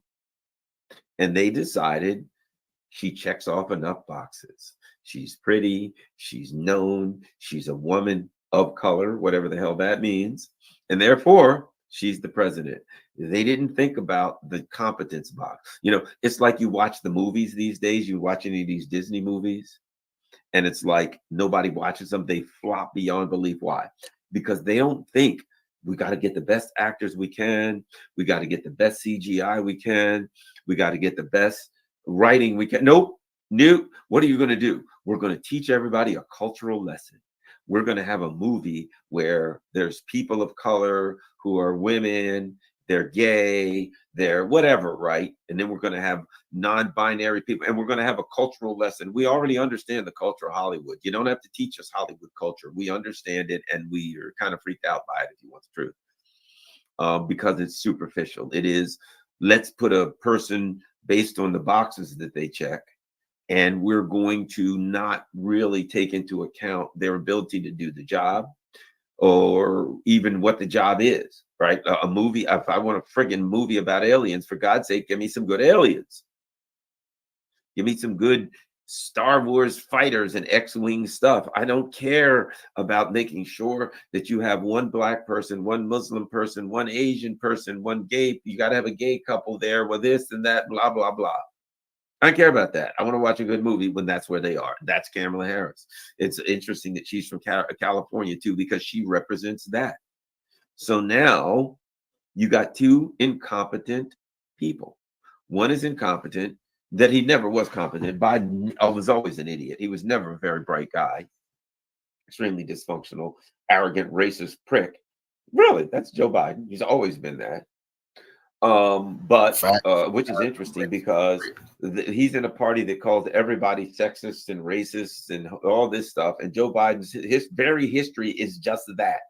And then they complain about Clarence Thomas, and you're like, but Joe Biden is the guy that worked hard to get Clarence Thomas, in the Supreme Court. And then they gripe about, the police or whatever, which, as I said, I'm former police. I can tell you the gripes. They're valid gripes about the law enforcement in America not facing any reasonable consequences for their acts. That's fair enough, right? But they'll gripe about that and they're going to do something about it.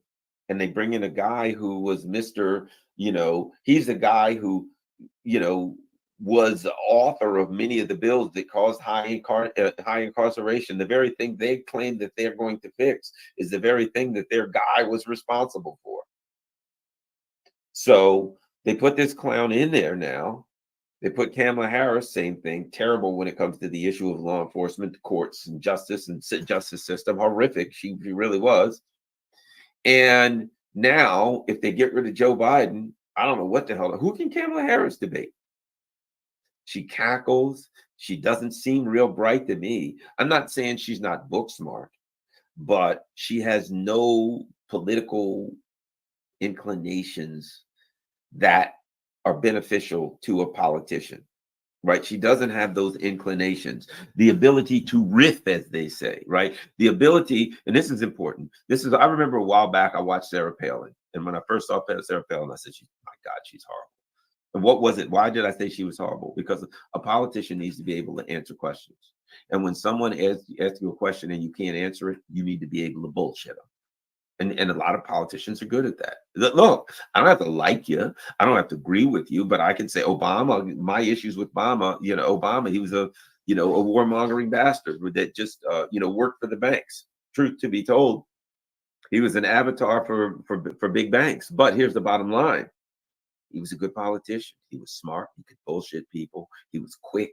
He was, very, very intelligent, very able. If you ask him a question, he could talk for 5 minutes, and afterwards you'd smile and not realize that he didn't say a damn thing. But here's my point. But that's a good politician. It's bad for humanity and the world and all that. But it's a politician who has the ability to do politics in the U.S. empire, which is to evade, which is to lie, which is to mislead. Okay, you can do that. Kamala Harris can't do that.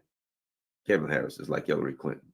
When people challenge you, right, you've got to be able to stand up to that challenge. When people challenge Hillary Clinton or challenge Kamala Harris, they get angry. And then they start flopping all over the place. And then they start striking out at people because they're angry. They don't have intellectual or emotional discipline. And in Kamala's case, she's a freaking idiot. And so nobody looks at Kamala Harris and says, that's a person that could be president. That's a person that, really, I think can handle nobody. So now here's the question they got. It gets back to what I was saying, right? There are options. And realistically, today, somebody should come out of the White House today and say, we've had a talk with the president. He's feeling well today. He's doing well. He's with his family right now. He's being transported to Delaware. Got himself an ice cream cone, and they're giving him, helping him out, and they're going to get him back to his residence in Delaware where he'll rest comfortably. I mean, that's what people who are in this condition, those two words usually work pretty good. Rest comfortably. You're right. That's what you want him to do. He's on his way out, and he's already gone intellectually. So the words for Biden should be 2 words: resting. What's the president do? He's resting comfortably. What's the plans for the president? We're going to take him to his home in Delaware where he can rest comfortably. Will he be giving speeches? No, he won't be giving any speeches. Oh, will he be writing an op-ed? Yeah, no, that probably ain't going to happen. At this point, the only 2 words you should hear for Joe Biden are resting and comfortably. But how did he do that? How did they do that? How do they say, okay, Joe Biden's done, therefore his vice president will take over as the nominee? Certain, absolute, unequivocal disaster. You run her against Trump, she loses. The only thing you're going to have left, see, here's the thing about a cult. And I think American, both parties are really have devolved into cults. The blue cult, the true believers will all circle around her. the true believers of the cult will say, we've got a new cult leader, Kamala Harris. And they'll all simply say what they need to say, whatever they're told. If Morning Joe comes on and he says, Trump's a fill in the blank, and Kamala Harris is brilliant. She's smart. She's sassy. She's a black woman. She's this. She's a mother. She's a bulldog with lipsticks on and all this kind of stuff, right? The true believers will repeat all that stuff. Hey, what do you think about Kamala? Kamala. Oh, she's tough. She's hold on a minute. Let me get the paper. All righty. She's tough. She's a bulldog with lipsticks on. I can't read this, honey. Can you come over here? What's that say? Oh, she's a strong black woman. That says black. You read this a little better here, for God's sake. She's a strong black woman. That's what they'll do. They will look on the paper. They will get their talking points and they'll repeat them. It ain't enough of them to put her in the White House. The K-Hive on Twitter. They come to find out. Did you know that they found out that her supporters on Twitter were almost all bots? It was the K-Hive was almost all bots, like 80-90% bots. There was no K-Hive. It was an invented narrative. How could there be a K-Hive? It's Kamala Harris. And even that word K-Hive, come on. The K-Hive, it just sounds like something that was invented on K Street by a PR firm. K-Hive. What are you? I'm a member of the K-Hive. I'm a Bernie bro. I'm a Hillary. You know what I mean? Idiots putting themselves in a box to show that they support somebody. I'm a member of this cult is all that they're really saying. The cult's getting smaller and the cult is collapsing. And now you've got a two-party system that's really one party. And really, what's the point in running somebody, Democrats? What's the point? It's one party anyway. What do you got to vote for more money to go to war? And you think there's one party or the other that's going to say no? One of the parties are going to say perhaps we're not doing the right thing in Israel. Look, one of the good things that happened last night was when they asked Trump, if you will you accept President Putin's conditions for Ukraine, right? And he wouldn't really say, and he hesitated. At least that was positive. That tells me the answer is probably yeah. He didn't want to lock himself in and say no. What they were trying to do last night, knowing that Trump will probably be president, they were trying to lock him in. They were trying to set up a situation where Donald Trump cannot accept Vladimir Putin's offer, which is not going to get better. It's going to get worse. And where later on, if Donald Trump says, you know what, I've decided I'm going to accept the Russian offer, they can show this old video. But you said you were not going to. Now, Garland be a man of Zen. If they said that to me, if I said, I've decided to accept President Putin's offer, and they said for peace, and they said, but we've got video of you saying you won't. And I'll say, yeah. At that time, I felt that I wouldn't.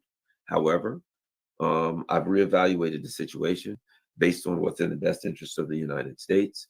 And based on what's in the best interest of the people of the United States, I've decided to make a change. See, they won't do that because one of the part of the idiocy of empire is that you decide what you're going to do on Wednesday. Monday, you say, this is what I'm going to do on Wednesday. And that's your plan for Wednesday, regardless of what happens on Tuesday. Now, those of us who live in the real world know that you can plan. Let's just say you got a lawn service. You can tell your crew, okay, guys, we're going out on Wednesday. You can say that on Monday. What are you going to do this week? We're going to go out and cut every day this week. And we've got some jobs to do here and there. And we got to put some trees and flowers in and landscaping. And you plan out for the week, right? You do that on Monday, guys, this is what we're going to do. Now they come in and say it's going to rain all day on Wednesday. You know that you have to change your schedule. Well, guys, Wednesday, we can't do that. So come to the shop. We're going to rebuild some lawnmowers and do that. I know the reason I say all that because a friend of mine owns a lawn service and I go over there and hang out with him sometimes. And I see a young lady in the shop rebuilding lawnmowers. They'll do different things, right? But the bottom line is this. You can't very well say, well, we've already decided on Wednesday that we're going to cut lawns. So we got to go out and cut lawns. No, but there's going to be thunderstorms. We can get struck by lightning. I'm sorry. We've already made that decision. We can't change. In the real world that people like us work in, you have to make a change. We're going to do this on Wednesday. Well, the parts didn't come in for the so-and-so job. Oh, darn. We can't do it on Wednesday. Okay, we'll work on this other job. We'll do something different. We have to make changes, right? The customer called and said they don't want it this way. They want an extra fence. Okay, we got to make changes. We can't do the same. But that's the real world for us, right? In the fake empire world, when you say, well, I won't accept Putin's offer, right? And if the circumstances on the ground change and you look at it and you say, well, that offer's looking pretty good now, let's go back and see if we can get it. Well, you said you wouldn't take his offer. In the real world, what we say is the circumstances change, so now we will. In the imperial empire world, oh, yes, I cannot change. I said I would do that. So I cannot possibly make a U-turn. I cannot alternate from the plan, even no matter how bad the plan is, no matter if the plan's working. I can't alternate from the plan. That ain't the way it works in our world. So we looked at it and we're like, oh boy. You know, Trump, they're setting Trump up to say that I won't accept it. So if later on he says he will accept it, and knowing Trump, that's what I suspect. I suspect what will happen. You know, Trump says, I want to get a deal. Excuse me. He says, I want to get a deal. I'm not saying that Trump can or that the system will let him, but it wouldn't shock me if Trump tried to get a deal. It wouldn't shock me if they said, look, there's, you know, they negotiated back and forth and the Russians said, look, I'll take this and this, but you're going to have to say no NATO ever for Ukraine. If you do that, we can stop and we can talk Turkey. Trump may consider that. I'm not saying he would. I'm not saying the machine would let him, but I'm just saying wanting a deal, knowing Trump, he may take that. He may say, okay, they want to set it up so they can say, well, you said you wouldn't and now you would. Even then, I think Trump wants to close that off. So bottom line is, that's to me what that was about. It was a good thing that Trump really wouldn't answer when they asked if you would take the deal with President Putin. It was a setup, and I think he felt it intuitively that they're trying to box me in. Would you do this? Would you do that? If you're a good politician, you don't want to answer that. Would you do this in the future? Well, it depends on how the circumstances. I can't say what I would do in the future. I can't say what threats they see. That's a good answer. You just change the subject, which is what Trump did, and say, wait, let's go back to what happened in what he just said. And then he took it to immigration or whatever, which to me said he don't want to talk about that. He doesn't want to restrict himself from what deal he can take because he might want to get a deal. I'm not saying he could, but he might not want to get one. That was the positive thing to me. It says to me that Trump is angling right now in his mind. He's angling for a deal for Ukraine. He don't want to get locked in. And I think knowing Trump, you know, Trump, what you heard from him all night was, I'm the greatest, I'm the best. Everything I do is the most wonderfulest ever, right? I think Trump wants to come in. This is what Trump wants to do. He wants to come in and he wants to say, I told you I'd end this Ukraine thing and I'll end it. And I've ended it. Look at me, what I did. That's, you know, Trump. I'm the greatest ever. They couldn't end this thing. Well, the thing that's interesting because the empire can't, because the empire is using the Ukraine conflict as part of a project to dominate the world. And if that project ends without weakening Russia, then the whole project of dominating the world goes to pieces. So be interested to see how that works out. But the American people want the conflict ended in diplomatic resolution, and Donald Trump clearly wants it ended in a diplomatic resolution. So we shall see what happens. But at this point, the question has to be, who they going to bring in? How do they get around Kamala? See, that's the issue. How do they get around Kamala? Right now, they have a president that clearly is not making decisions. So the question is, how can you call this a democracy when the guy who was voted in, when it's obvious, not they ever make the decisions, but it's obvious, you're not even hiding it from us. The ruling elite are mocking us.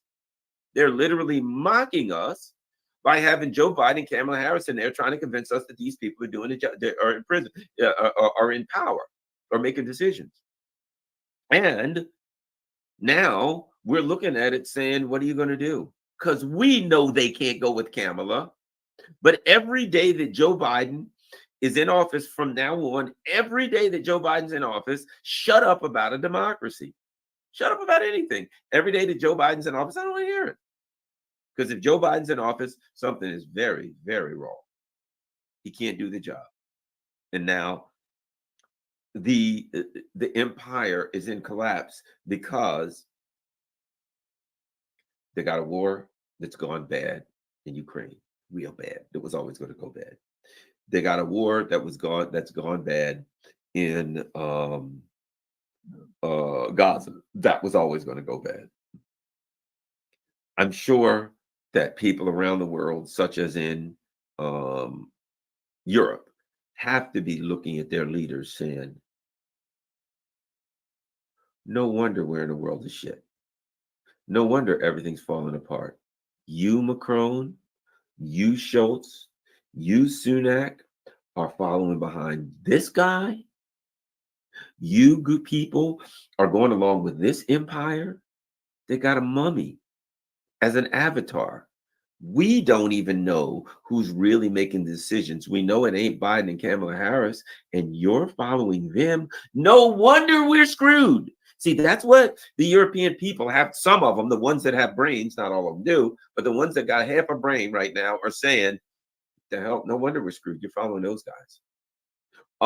If you're Taiwan, if you're the Philippines and South Korea, you're cannon fodder for the empire against China. They want to set you up to be cannon fodder. You got to ask yourself certain questions. One of them has to be is, yeah, how's things going to turn out for us if we're following this empire? We don't even know who's running it. And if we don't know who's running it, we can't possibly figure out what their game plan is. And they apparently ain't sure who's running it. And Blinken is a freaking idiot. You got Blinken and Sullivan, these type of clowns in charge. So how does any so-called ally now look at the United States as a secure and responsible country? It's not. It's over. It's collapsing. It's not funny because this guy has the nuclear codes. This guy's got the nuclear codes. This guy is a guy who could make the decisions about nukes. The idea.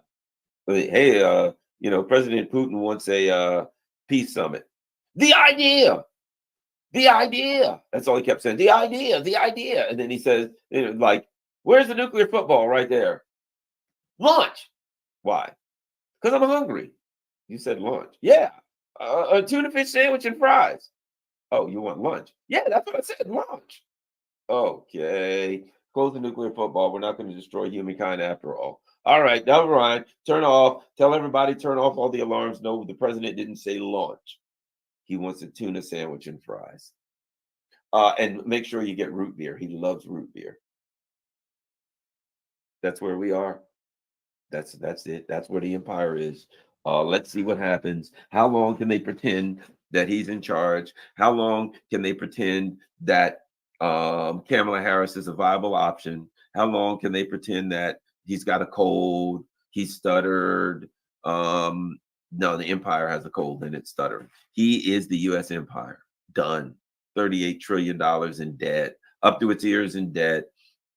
A economic system that's dysfunctional, collapse of the middle class, collapse of any legitimacy for the ruling elite, collapse of any legitimacy for the media, collapse of any legitimacy for the higher education system. Now they're just extensions of imperialism and extensions of Zionism. Collapse of any moral, intellectual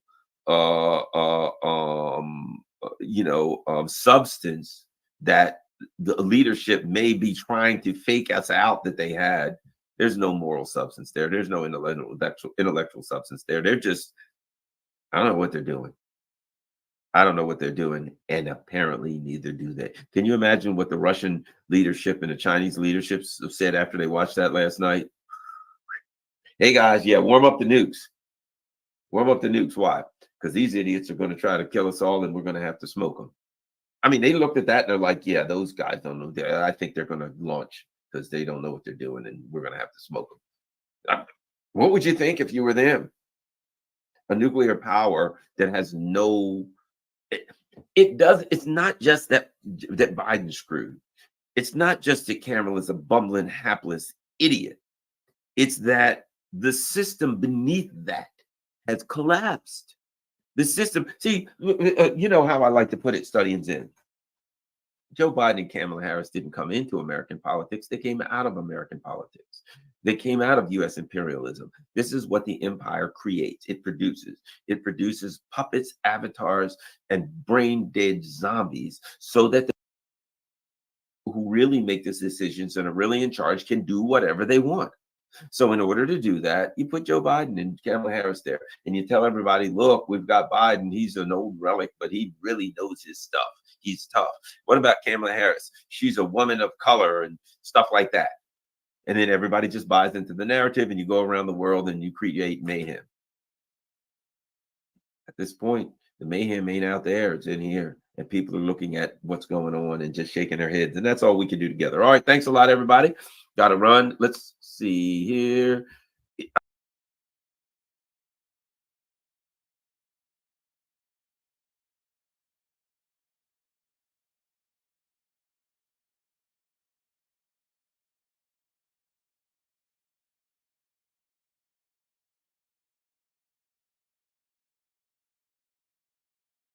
Davenport, Iowa, Las Vegas, Nevada, Chicago, Illinois, and Grand Rapids, Michigan. Go to jimmydore.com for a link for tickets.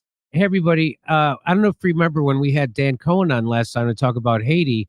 He warned that Kenya was going to send a death squad to Haiti to start killing the people who were fighting against the establishment. Well, I want to tell you something. It happened. Breaking, the first 400 Kenyan police officers have arrived in Haiti to be the backbone of the U.S. engineered and funded occupation designed to keep Haiti mired in poverty. You want to see a little bit of it? So let me bring in Dan Cohen. He's the independent journalist, filmmaker based in D.C. He is now currently operates his own journalistic outlet, Uncaptured Media. And his latest documentary is titled Haiti, Intervention versus Revolution. Welcome back to the show, Dan Cohen. How are you? I'm good. Thanks a lot, Jimmy. Good to be with you. Okay, so now these 400 people that got sent here by Kenya to Haiti, are they actual criminals? Well, I don't think they've been convicted in any kind of court. They are Kenyan police. They are called the Kenyan police paramilitary, and they have basically they made the cut of who was allowed among the Kenyan police to come be part of this mission. You couldn't have more than I believe 3 criminal convictions. So these are the best and brightest of the Kenyan police. So these are the cops who have less than 3 criminal convictions. Oh yeah, exactly. Okay, yeah. So actually, yeah, you're right. Many of them very well may be convicted criminals. So when I tweeted this out, I just retweeted breakthrough news saying that the first 400 Kenyan police officers have arrived in Haiti to be the backbone of the U.S. engineered and funded occupation designed to keep Haiti mired in poverty. I really don't think that that's controversial in a rational world, right? It's to weaken Russia, right? So the community notes said this is a UN-backed contingent, not a U.S. engineered and funded occupation, as stated by this clearly disinformation account. Haiti has consistently grappled with poverty influenced by factors like political instability, natural disasters, and economic mismanagement. And the Clinton Foundation. And the Clinton Foundation. And the United States. And the infiltration. So, by the way, I retweeted that, and I tagged Elon Musk, and I said that clearly the CIA has learned how to game and infiltrate the community note system. But it wasn't hard. And I tagged Elon. Guess what? The community note went away. Really? Yeah. Oh my God! I'm gonna get that brain chip. So let me just read a little bit of this anti-war article by Kyle Anzalone. Biden hopes Kenyan police will stabilize Haiti as chaos erupts in Nairobi. Now, Dan, that is not what Biden actually hopes, right? No, the whole idea is to maintain the chaos in Haiti. Haiti has, for a few years, been undergoing a process of ridding itself of chaos imposed by foreign powers, namely the United States, going back decades. And this is the exact chaos that the U.S. wants to impose so it can basically maintain its cheap supply of sweatshop labor, so it can prevent any kind of popular leader from coming to power and having Haiti reclaim its sovereignty and choose its own path. So, are you familiar with what's happening in Kenya right now? Yeah, there's a huge uprising against the government, which has just rolled out its budget proposal for the year, which includes a whole bunch of austerity measures that crush the population even more.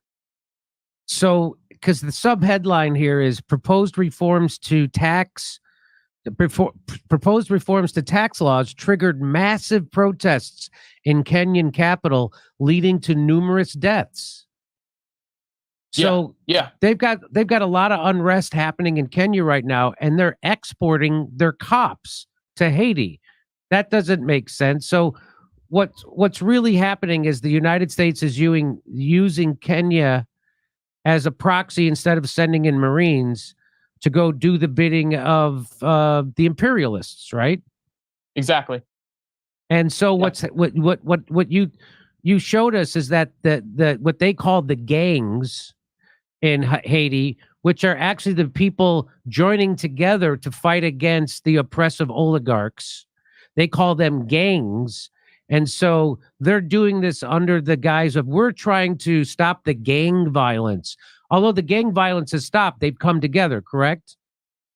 I mean, it's not like totally black and white that the so-called gang violence has stopped. I mean, there are different armed groups that have been fighting for years. However, I mean, like we talked about last time, Jimmy Cherizier, aka Barbecue, his whole program for the last 4 years or so has been trying to convince and compel these disparate armed groups to stop fighting, and he succeeded in a big way, but not 100%. So it's kind of this ongoing process that he's trying to get the guys that he was fighting against, the criminal armed groups, to stop committing crimes and have a revolution. And so that's a constant thing. I mean, if you remember about 6 weeks ago, for example, there was a YouTuber named Your Fellow Arab who went to Haiti in a really haphazard and pretty foolish way and ended up getting kidnapped by an armed group called 400 Mauzo, which is one of the biggest kidnapping groups. And then, so what happened is, as far as I know, I don't know. He put a documentary out about it. I didn't end up watching the whole thing because I didn't really want to pay for it. But I when I saw that this guy had been kidnapped, myself and Kim Ives, my colleague at Haiti Liberté, we called Jimmy Cherizier, and he basically sprung into action to get this guy freed, him and his Haitian fixer. And just in a WhatsApp group, he basically got 400 Mauzo to release this guy. There was some ransom paid before that had happened, but before that, it would have just been, there's no way to do it. He would have been out of luck. So it's certainly a better situation than it was before. That doesn't mean everything is perfect in Haiti, but none of it justifies a foreign intervention, which is just police death squads from another country. They say they want to fight gangs, so they're sending a much bigger gang to do it. It doesn't make any sense. And so what this really is the United States, the Biden administration, the imperialists, they have a puppet government in place right now in Haiti, and they want to keep it that way, right? A puppet government that oppresses the people and sells them out to corporations, right? Yeah, there isn't a single elected official in Haiti for a couple of years now.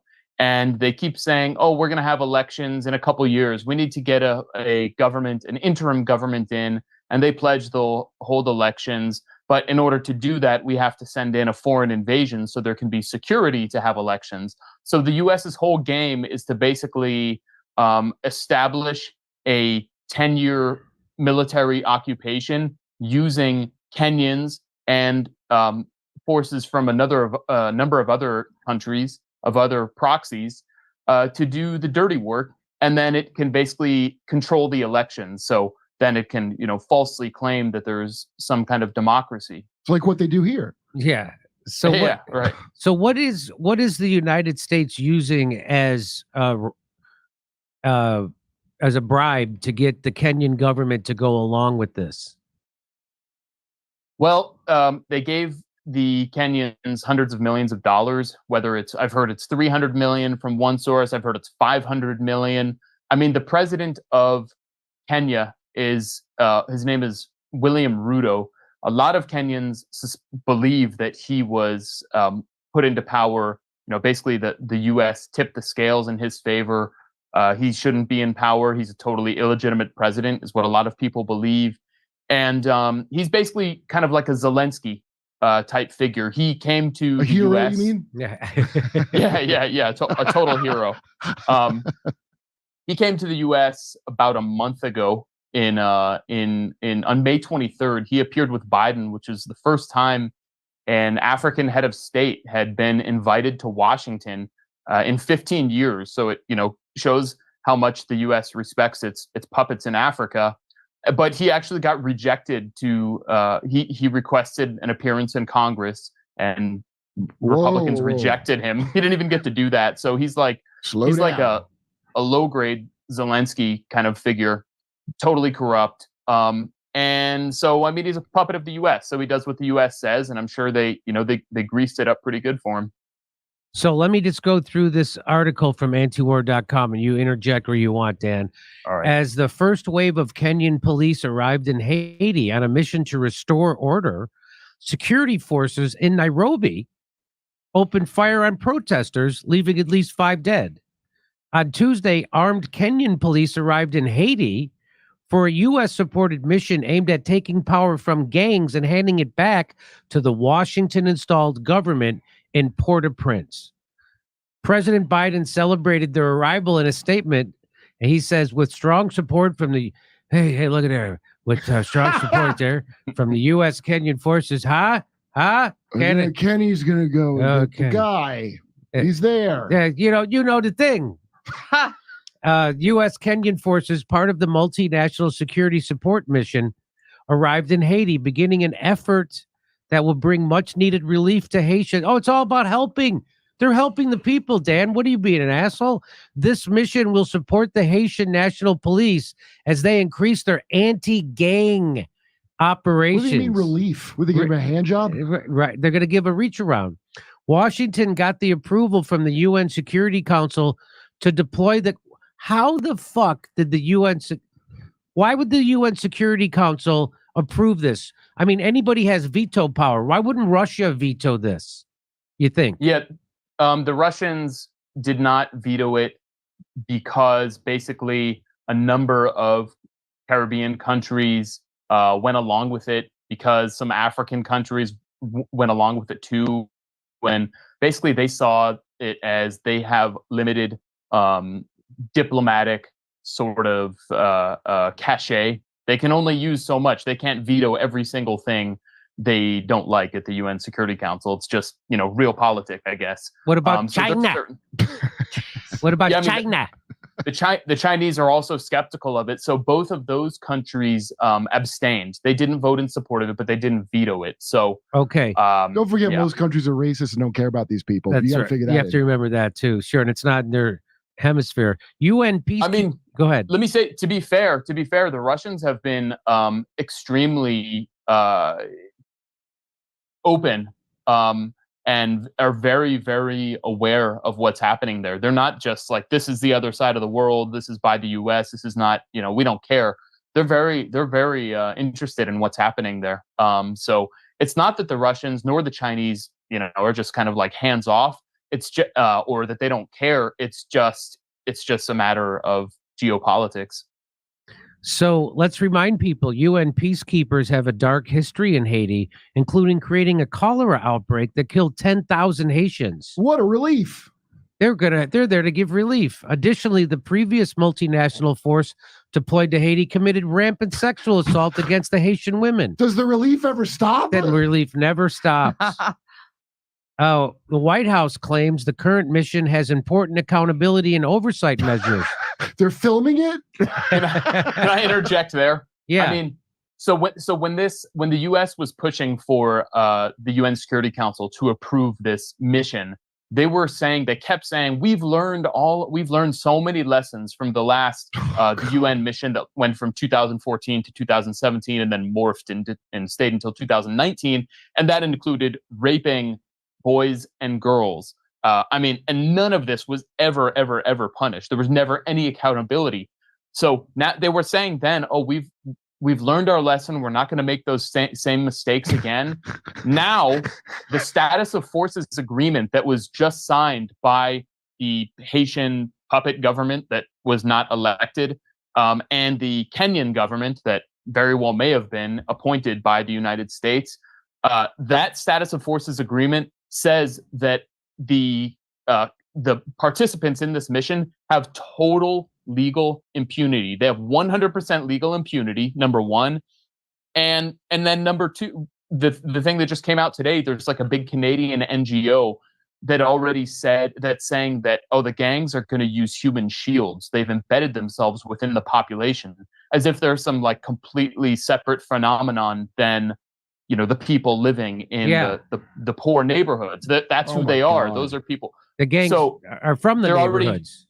Yeah, exactly. They're preemptively justifying massacres by this mission against the Haitian masses. That's exactly what they're doing. So they're already telegraphing it, and they're going to have total impunity to do this. So it's all just, you know, a big lie. Wait, are you telling me there's not going to be accountability when you outsource this to Kenyan cops?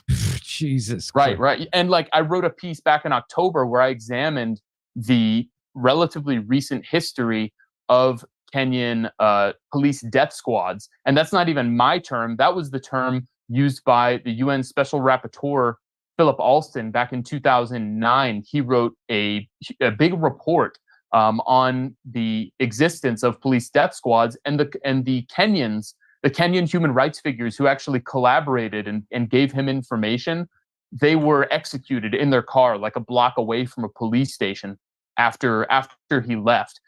There have been Kenyan cops who were part of these death squads who blew the whistle, and then they were murdered and disappeared. And so every few years, what's happened in Kenya is there's some death squad that's found out, and it turns out these were paid and acting on the orders of Kenyan politicians who are tied to the U.S. And then they say, oh, we disbanded that death squad, and you reshuffle the cops among the greater police body. And then it turns out there's a new death squad, and then there's another and another. And so they still exist to this day. And I think even just the numbers I've seen in this current uprising against these IMF imposed measures that the Kenyan government is going along with is, I think, 23 or maybe 26 people have already been killed, including people just executed on the street.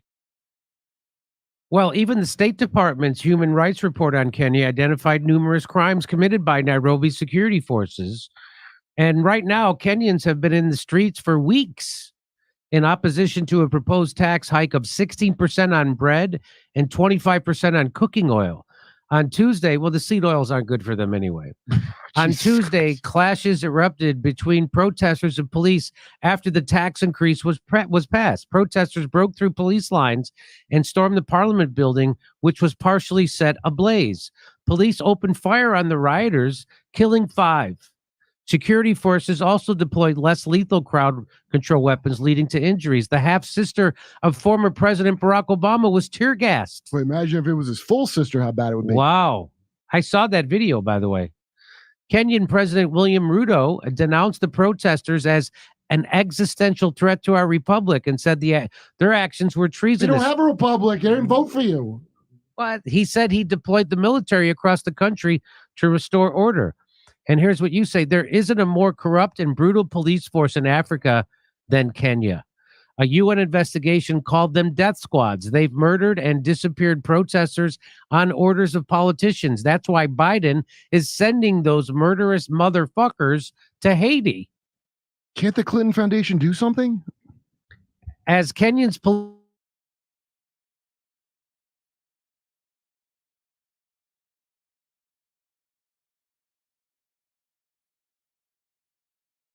Has the United States merely replaced one set of gangs with another? Asks. Yeah, of course That's they have. rhetorical, I hope. Yeah. So here's a little. Oh, hang on. Go ahead. What? The guy who runs that account, Kevin Pina, who did good reporting a few decades ago, he's serious. He thinks that, you know, he's basically pro-intervention. Really? He considers himself some kind of anti-imperialist. He's basically a fraud. But, you know, he says, oh, these are gangs and they're all backed by the CIA. And that's been basically the ultra left position, that, you know, none of them none of the ultra left has bothered to go actually, do the reporting in Haiti and go talk to these alleged gang leaders or so-called gang leaders. And he's among them. So he's just totally convinced that they're tools to justify this intervention. But it doesn't make any sense. Like, why, if they were tools, why would you need an intervention to go send them in? What is the target of the intervention? So anyway, So I'm not going to show this video because it'll get us demonetized. Let's go. Irony is you send police to Haiti to face armed gangs, then deploy the army to help police in Kenya deal with unarmed kids. Well, that just sounds like synergy kind of. Yeah. As Ruto's police kill unarmed protesters in the streets of Nairobi, in Kenya, another contingent of the same force arrives in Haiti for peacekeeping operations against gangs. Only the United States government could contrive such a convoluted mess. Here's a little bit more. 2 black countries on 2 different continents, abused and impoverished through colonization, are linked with one another, with one hired as the solution for the other. Here's, in addition to their regular salaries, Kenyan security forces sent to Haiti will receive between $1,100 and $1,500 per month. Their starting salary for a Haitian police officer is less than $200 a month. Wait, what's all that 300 million going to? What is all that they're only getting paid? That's the bribe part. Oh. Yeah. And here's Senator Edwin Sifuna says this to the Kenyan police. Here's what he says. I want to speak to the Kenya police, my brothers and sisters in uniform. Those young children on the streets are not your enemies. The enemy is the one shipping you to Haiti. Despite the position of the people of Kenya that we do not support the deployment of police to Haiti, he is shipping off our police officers. And to add insult to injury, he's only paying them 1/5 of what they were supposed to be paid on that particular mission. We are being told our police officers have been paid only 20,000 shillings to go to Haiti. Yet William Ruto was given $100 million by the US government for this particular mission. He's eating 80% of that money and sending you off to face those people in Haiti. And it is against the wishes of the people of Kenya. So I want our police officers to know that the public is not your enemy. We are fighting on the same side. Even here in Parliament, members of the police officers who work here were supposed to be added money, 20,000 shillings in addition to the allowances they receive here. Their boss came here and told them that they told the leadership of Parliament that if police officers working here are added money to their salaries, at wataharibu kazi. And yet these people are working for the Republic of Kenya. Wow, so that guy's gonna be dead soon. I'm not even joking. Like that's risky, isn't it, Dan? Yeah, I mean, Kenyan, dissident figures and opposition figures have been under all kinds of threats. Some of them have been killed. Definitely, it's a hairy situation. I mean, there has been a fair amount of opposition from some political figures to this intervention, to sending Kenyan cops to Haiti. And I think, there was a snag back in February because when the former de facto prime minister, at that time the de facto prime minister Ariel Henry, was in power, and he left to go to Haiti he left Haiti rather to go to Kenya to sign a bilateral agreement, and he got then this whole the alliance of armed groups called Vive Ensemble, Live Together, led by Cherizier. They went to the airport and basically were firing, so his plane couldn't land. He was forced to turn around. They suddenly couldn't. There was no Haitian government to sign to. There was no existing Haitian government, even a fake one.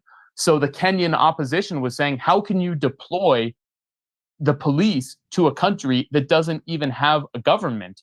And so I don't think that was actually ever resolved. I think Ruto just forced it through, just said, "Yeah, we're sending them anyway," because now there's a new puppet government. But there's no legitimacy to this at all. So again, do you see this? Where do you see it for the next 6 months? Do you think we're ever going to send Marines? Because that's what they're doing. They're sending these Kenyan thugs, these death squads, to Haiti in lieu of sending Marines, right?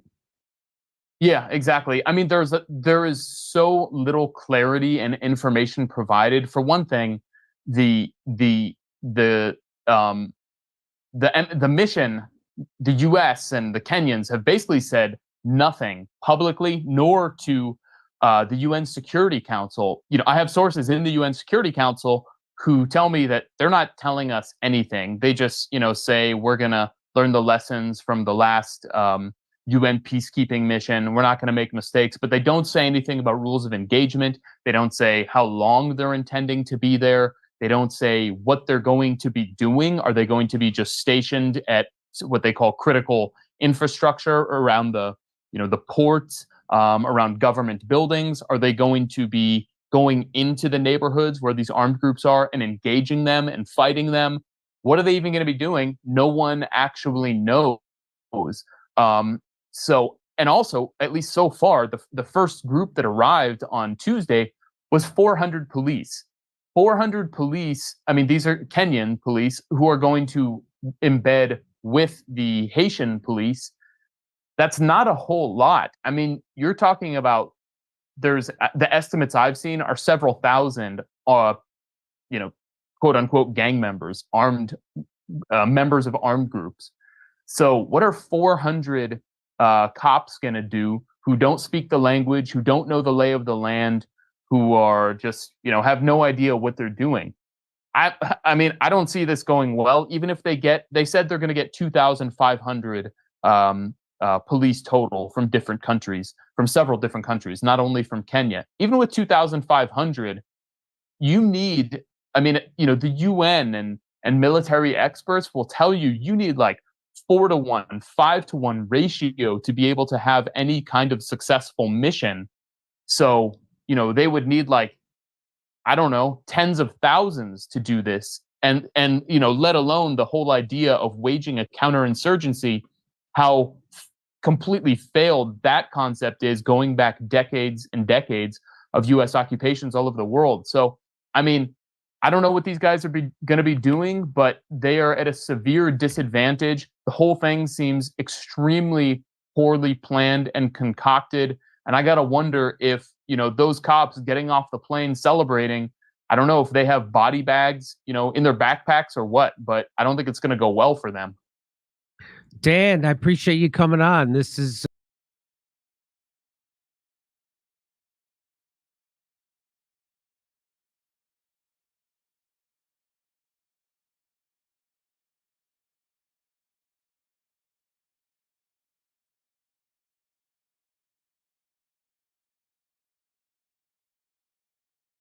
very crucial for you to understand. I mean, I saw what was going on last week and a half. You start reading a few things. I usually read ahead of time, and that's when I make a decision as to which topic to address for you. And by the way, guys, I don't do random. There is a reason to why I do certain topics. Like, for example, remember the video I did for you about Tunisia?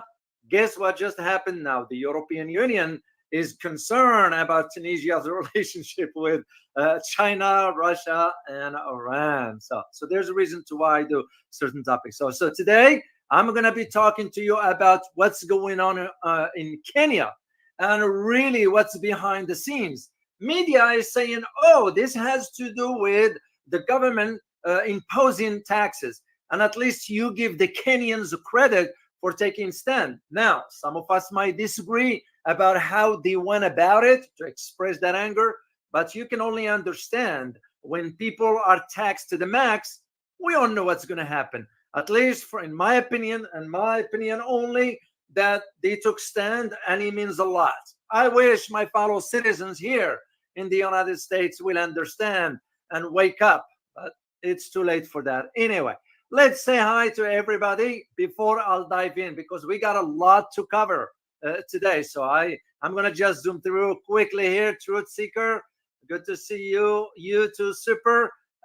You said next time, if you have Giant Bahandari come to channel, please question him about Hindu imperialism. I will do that.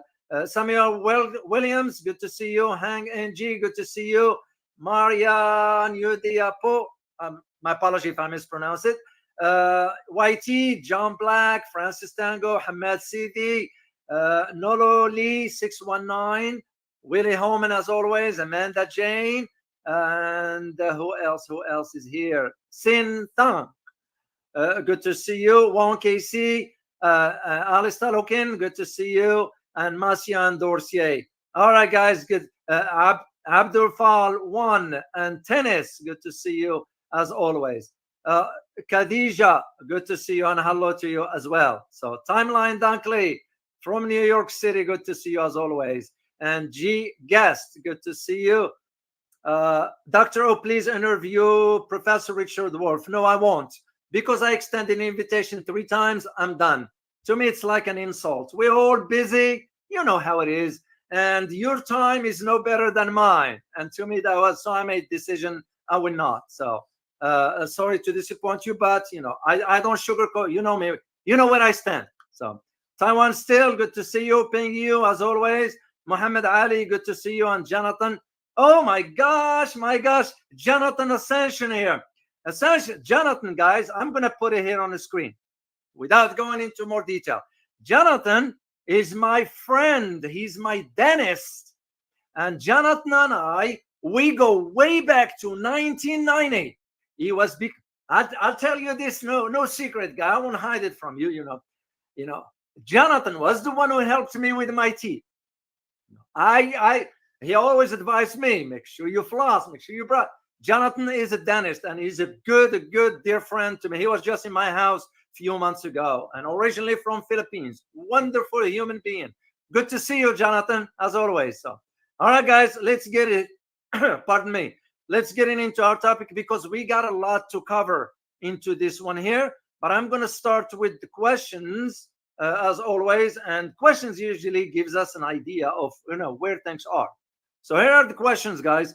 How significant is this development? The one that the chaos that is taking place in Kenya right now.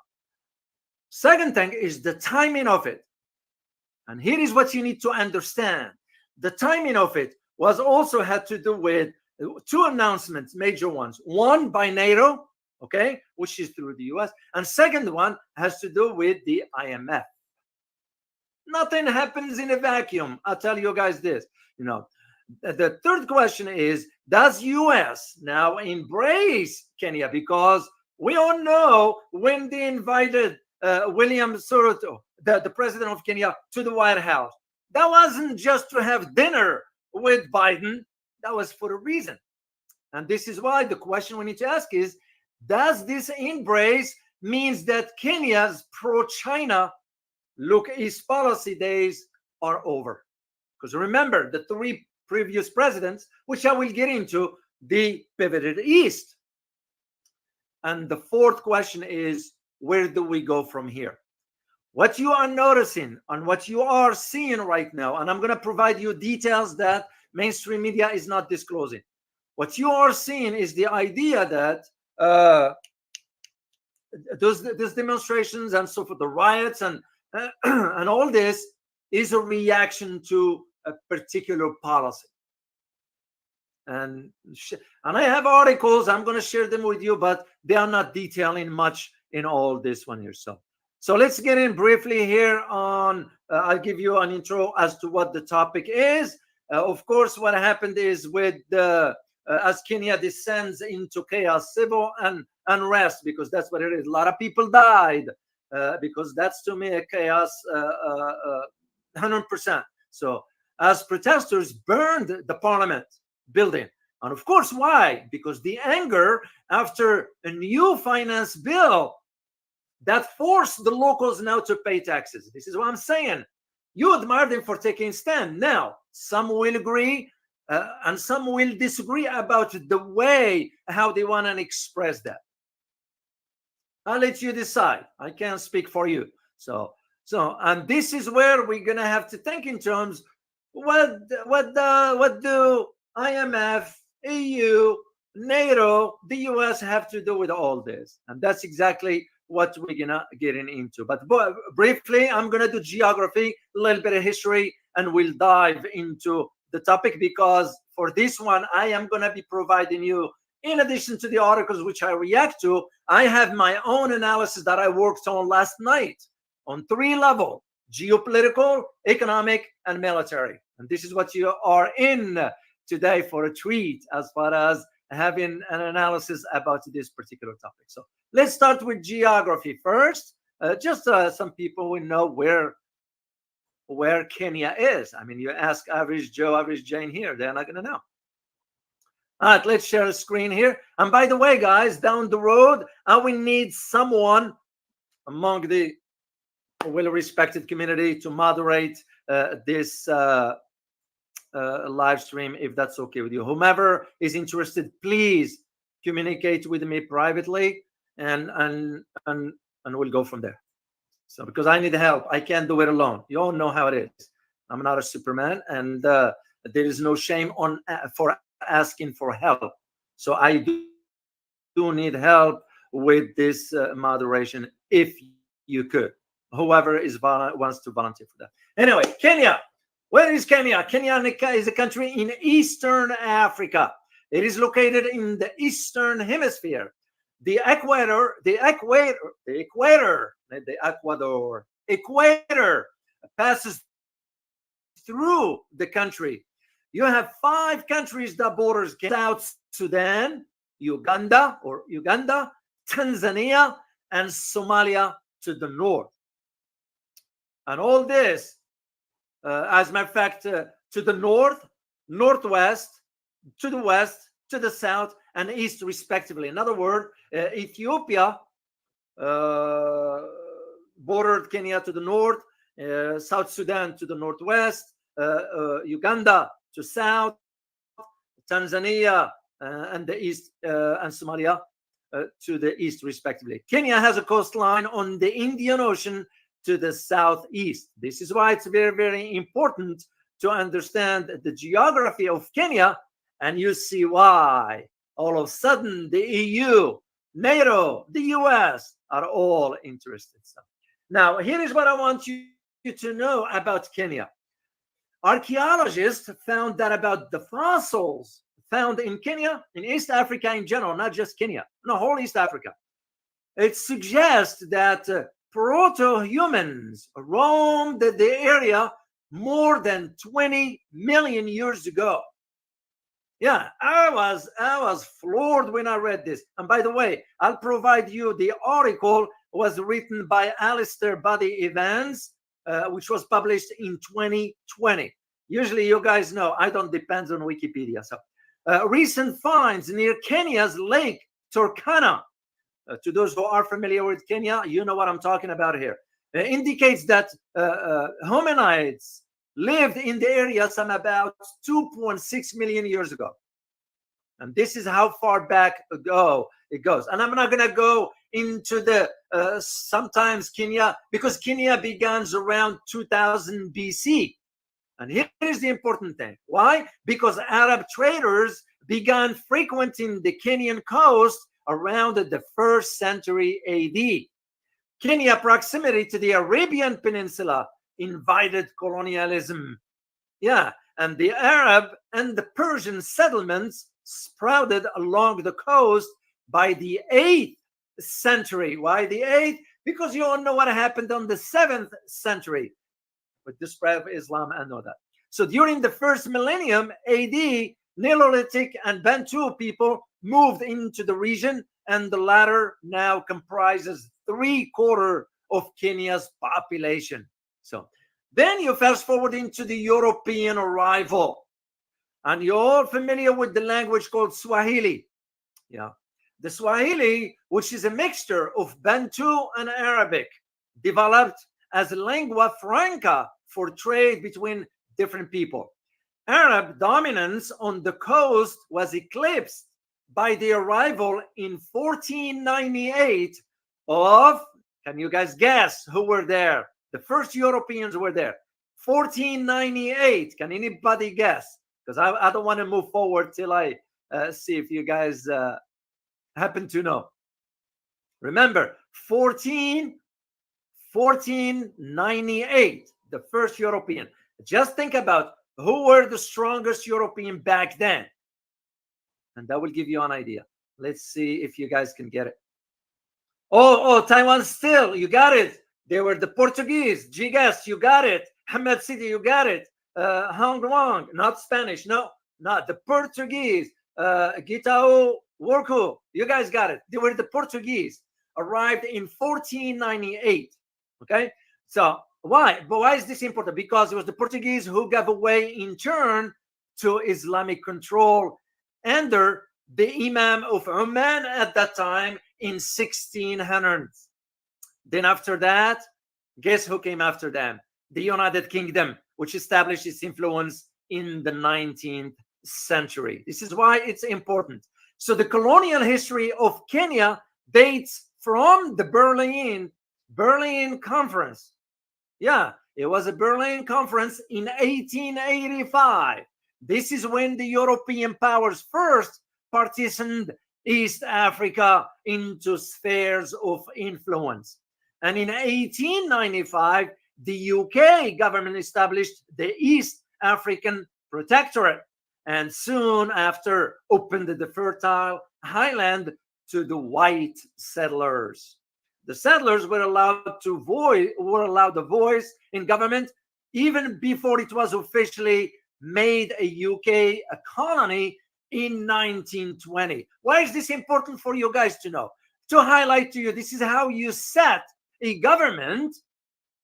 It depends how you want it to be. You influence it from within and you start influencing. This is exactly what the current president of Kenya, William Ruto, is doing, not realizing how much he's going to impact his country in a long term. And that's exactly what the British did back in 1920. So, but Africans were prohibited from direct political participation until 1944. Then came the very good, important era, which is called the Mau resistance. Mau, it's spelled M-A-U. It's known. What happened here? This one started in 1952 to December 1959. Kenya was under a state of emergency arising from the Mau rebellion against British colonial rule. And during this period, African participation in the political process increased rapidly. That's what happened. So then Kenya achieved its independence. Anybody know what year Kenya became independent? Let me check again on the chat box. If you can just put in, that is correct, Worko. The Mau movement was by Kenyatta. That is correct. That is correct. What year did Kenya became independent? I see your point, Ali Stolikin. Kenya never independent. I see your point, but we're talking about just on the official documents. Some of you put Hamad City 1962. No, tennis, you got it, 1963. That's when it became officially independent. Now, I see your point, Alice Stolikin. Yeah, they are not. It's the same to Philippines. It's same to Germany. Same to Japan. Same to South Korea. Same to Australia. You know, you guys know the trend, how it is. So then the next year after that, Kenya joined the Commonwealth. I always laugh at that word, common. Whose wealth is that? This is why we're still seeing Australia falls under a British colony. You see the islands in Central America, right here in Caribbean and all that, still under the Commonwealth. But whose wealth is that? You know, that's just baloney. I don't buy that argument. So then we're gonna move quickly here, guys, because I got a lot to cover. I'm gonna just move directly to October 2002, when a coalition of opposition parties joined forces with a faction that broke away from KANU to form the National Rainbow Coalition. And in December 2002, the NRC, the National Rainbow Coalition candidate, Maui Kibaki, was elected the country's third president. President Kibaki received 62% of vote, and NARC, which is the National Rainbow Coalition, also won 59% of the parliamentary seats. This is what's it's important about understanding the history of Kenya. So, and I'm going to provide you 2 links, guys, and those are academic references here. Like, again, like I say, I don't depend too much on Wikipedia and all that stuff. I will provide you all this one here. Now, I'm going to put well, I don't need to. I was going to put the map just for you guys to see, but now you know where Kenya is located geographically, and it will make more sense to you as to why it's very, very important. Now, here is the thing. Put in my geopolitical analyst hat. I have to look at this from so many angles. You know, I'll start with the foreign policy aspect of it. Why? Because now we're going to be asking the question, what kind of foreign policy Kenya is going to embark on? Or even I'll go as far as saying, what kind of foreign policy is characterized within the political and economic moderation that Kenya is trying to go? Because remember, only a few years ago, Kenya shifted towards China. China's presence in Kenya is massive from an economic aspect, and I'm going to tackle that one as well. So, but now you start to think about Kenya's foreign policy is characterized now by political and economic moderation and continuing reliance on the Western world. This is what you need to understand. France, UK, the US, NATO, and now the EU. All of them are getting involved. If you recall, guys, there's one of my videos that I did about 1.5 years ago, somewhere around that time. And I mentioned when the Secretary of Treasury, Janet Yellen, went to Africa. And I said, mark my word, you're going to be noticing a lot of movements of Western leaders going to Africa. Because back then, they'll start to see, and I even talked about it 4 years prior to that. I said, mark my word, and I'm not bragging here. I am just highlighting the fact. I said, mark my word that Africa is going to become the next geopolitical ring where major powers going to compete, fighting with each other, politically speaking. And now we're seeing this. And this is where people are pissed inside the Kenyans. This is more than just about taxes. This is about wanting to be free from colonialism. Why? Because Kenyans are seeing what's taking place in Mali, Niger, Burkina Faso, the whole Sahel region after they kicked France out. And Kenyans are saying, because Kenya is also rich, it's rich in natural resources as well. Yeah, it's not the like of the Saudis for oil or even Nigeria for that, but they do have some stuff. They do have some stuff that Western colonialism thinking in terms access. This is the whole reason for why the what's his name? Let me get his picture. He was invited to the White House. That's all it was. It wasn't about we care less for Kenya. We never cared about Africa. As a matter of fact, we never had a cohesive policy towards Africa to begin with. I almost used to say Africa is the forgotten continent. And of course, I was laughed at when I said that. And I said, mark my word, once you start seeing other powers moving in, you're going to see the US catching up. It's too late. It is too late. That's just how, the way I see it, it is too late. So, and this is why you are noticing now where Africa is going to be moving towards. So let me share, by the way, some pictures here with you because I need you to see. I went even as far back as 2017, believe it or not. This picture you're looking at, this is from 2017. This is the, at the time, one of the supporters for Raila Odinga. So this is where the protesters burned the barricade at that time. Then this one here, this one is just happened 2 days ago. This one was, I'm sorry, 6 days ago. It was on June 20th, 2024 of this year. And I'll give credit to Andrew Kasuku. That's the picture I'm using. What you're seeing here is a demonstrator throws back a tear gas canister. As a matter of fact, I did find some report suggesting that the police used the riot used live ammo. You know, it is one example. This is with tear gas. Shame on those law enforcement. I understand. You have to do your job and all that. I understand. But come on, man. Come on. You know, the government putting taxes on everybody, including this law enforcement. How much can they take? And that's why people saying, we've had it. And as a matter of fact, this is why they are pushing, the people are pushing against this bill that is now passed the legislation approving sort of the imposed taxes. But a lot of media didn't disclose exactly how this happened. And this is what I'm going to be detailing for you today, because you need to know the ins and outs of all this.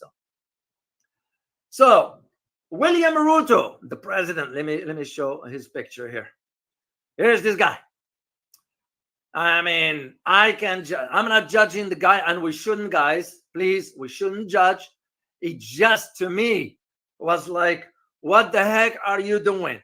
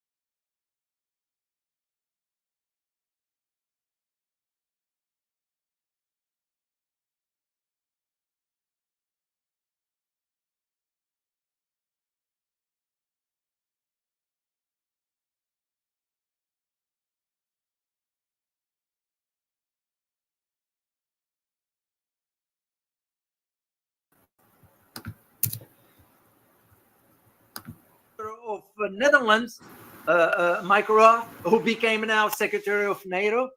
I told you back then, guys, Mike, my word, he's going to get something back for pressuring ASML not to sell chipped equipments to China. That was his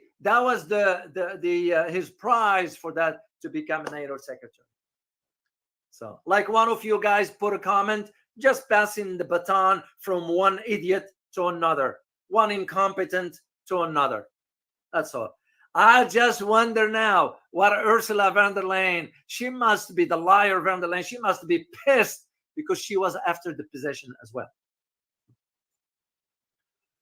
So the point is, you're going to have to understand the history of Kenya relations with the East and the history of Kenya's relations with the West. You know, of course, for Nairobi, which is the capital of Kenya, we had a lot of dealings with. I was familiar with it when I used to travel to Africa. I went to Ivory Coast, Djibouti, and all that stuff. Part of the military back in my days, we were familiar with what we were training. Heck, we were training the Kenyans, you know, and all this fell under counterterrorism at that time. It wasn't about that. It was taking a hold of the government. We dictate the term. But back then, it was different setting, geopolitically speaking. China wasn't in the picture back then. There were some conversations with the Chinese. So, however, and for me, I go as far back as the last three presidents that include Daniel Arap Moi, that include Moi Kibaki, and that include Uhuru Kenyatta or Uhuru Kenyatta. So, and this is why now, if you go to Nairobi, what you're going to see? Evidence of China's presence infrastructure. Because it was China that gave the loan. They didn't do it for free. They gave the loan to Kenya, and Kenya defaulted on it, and China worked out a deal with Kenya. So the Kenyans paid part of that. They still owe some, but the IMF came in later last year and said, hey, we'll give you $1 billion. Sink them in. That's exactly why people are pissed, because it was the IMF that forced the government to increase taxes. I mean, don't tell me you're not going to react if you were living, let's say, on a limited income, and all of a sudden the government come and say, hey, you're going to pay more taxes. It's same happening for us here in the US when you have small businesses, for example. Governments will come and say, hey, you're going to need to pay more taxes. Heck no. Let alone taxes wasn't even illegal to begin with. There is nothing in our Constitution that says we have to pay taxes to begin with. Most Americans have no clue. You know, I'll challenge whomever. Show me in the Constitution where it says we have to pay taxes. There's nothing there. So, but at the same time, as I said, if you go to Nairobi, you're going to see all this infrastructure, and this marks the bilateral, sort of the reflection of the bilateral ties, economic one that is, between China and Kenya. Because China wasn't imposing its system on Kenya. Kenya wasn't after political whatever. They were after infrastructure. And that's what happens. And this is where those three previous presidents embarked and embraced this kind of new policy towards the East. Because they saw, they are Africans. They were born there. They saw the colonialism, what it did, imperialism, what it did to Africa. This is why now the Sahel is moving forward. Africans are waking up. But you got the like of William Ruto, another weak link inside Africa. So, and this is why those three previous presidents attracted the Chinese investments. And once again, this didn't happen last year. We have to go back to almost about 2002. That's how far back it goes. So, because China invested a lot of money, by the way. It was in 2013 that I was familiar with the Chinese when they gave $5 billion to Kenya for infrastructure. And as a matter of fact, and I found the link, I'm going to share it with you. What China did, they helped to secure the $5 billion for the Mombasa-Nairobi standard gauge railway project. Let me put the map back for you guys to see, because it will make more sense to you to understand. They don't have it here because I wanted to show you the side. Yeah, it's not here. They don't have it here on this map. I just looked here. Mombasa, Nairobi standard gauge railway project. It was China that built it. Like we always said, when some of our government or representatives, which they are incompetent anyway, go to to Africa and criticize Africa for being with China, they don't realize that the road they are driving on, it was built by the Chinese. The airport they landed on was built by the Chinese. The speed train, if they ever get on it, it was made by the Chinese. So, but they won't mention that. But this is what happened. That railway, that project, which was, by the way, the costliest. Yeah, if you want a good infrastructure, it's going to cost. Infrastructure project undertaken by Kenya since its independence. That's how far back it goes. So. And here is what's interesting now is that this new president, William Ruto, which won elections last time, which, by the way, prior to his election, I'm going to show you one picture. Please just caption this picture. I'm not going to say a word about it. Check it out. Yeah. I'll let you comment on this. Please put your comment in the chat box. And I would greatly appreciate it. We all remember, guys, we have to be respectful for the language here. And remember, I don't have somebody who can moderate this stuff for me, so I can't see everything. I just trust you. That's all I can say. But nonetheless, to put things in perspective, when we see the picture, that was prior to his election, by the way. So it shows you right there the idea of where things are. And so this is why it's interesting that William Ruto now sort of intensifying the interaction with the United States. That's why he was right here. He was right here in the White House. He was in the White House. What the heck are you coming to White House for when you got other issues to deal with? But it was also another thing happened during this time here. And I'm going to share it with you, of course, as we move forward. So here, just listen carefully, guys. The President Ruto's administration met with U.S. officials on several occasions, not once, not twice, several. Yeah. And at the same time, the president has not met any Chinese official, except for China's ambassador to Kenya and Beijing's special representative for Africa. His name is Liu Xi. I hope I pronounce it correctly here. African Affairs, who was in Kenya in last September. That's when he met with him. So Ruto, William, the president of Kenya, made 2 trips to the United States. And here is the key. Listen carefully, guys. 2 trips to the United States, okay?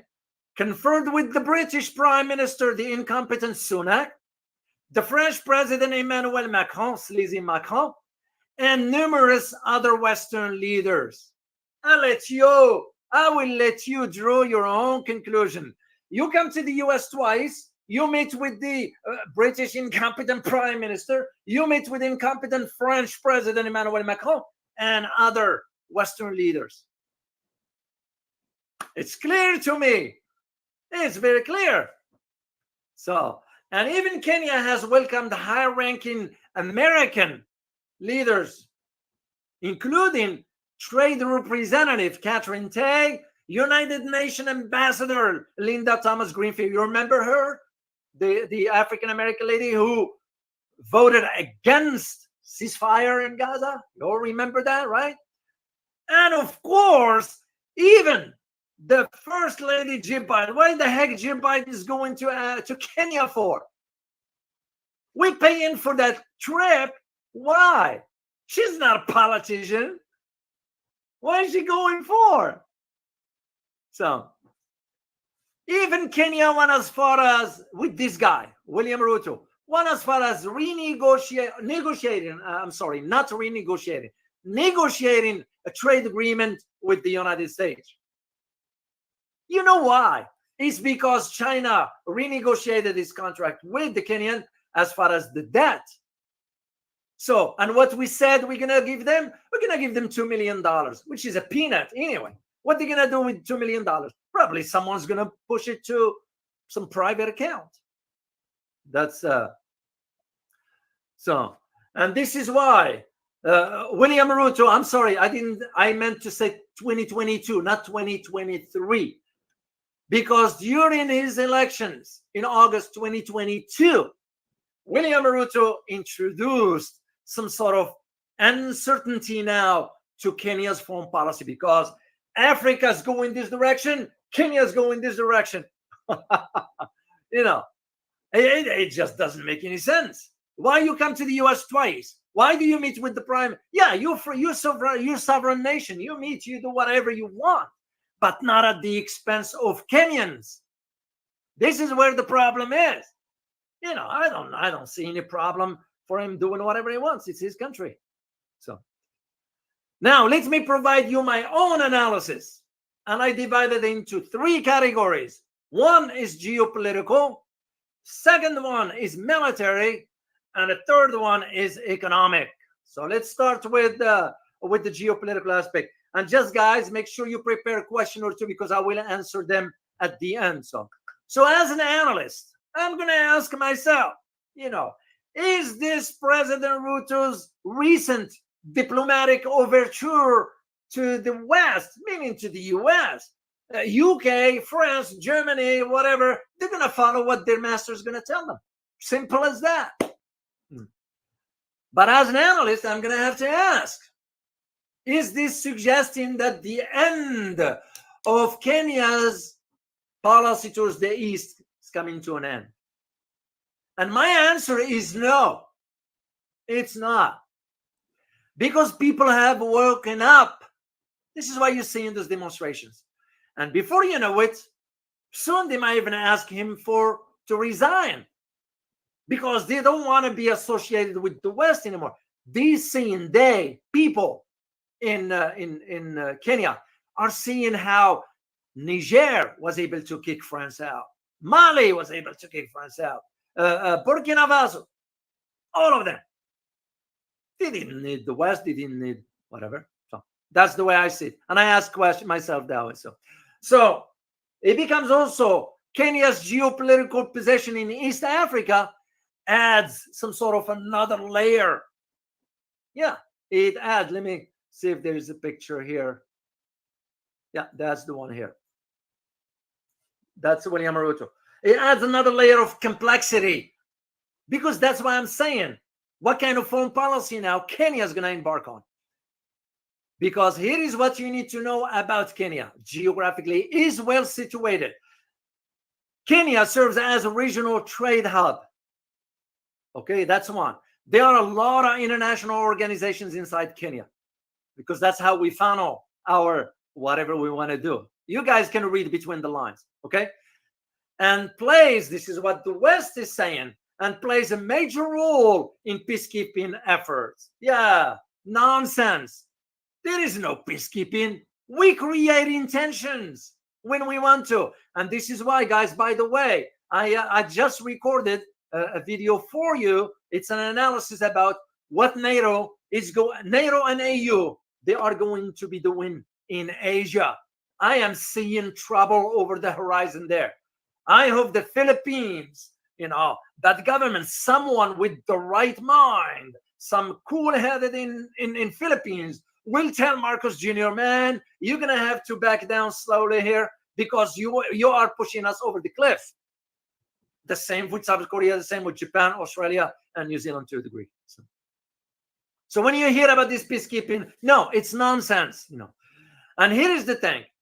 Historically, my country has always supported Kenya. I was aware of certain ops we used to do in Africa that goes through Kenya, Nairobi.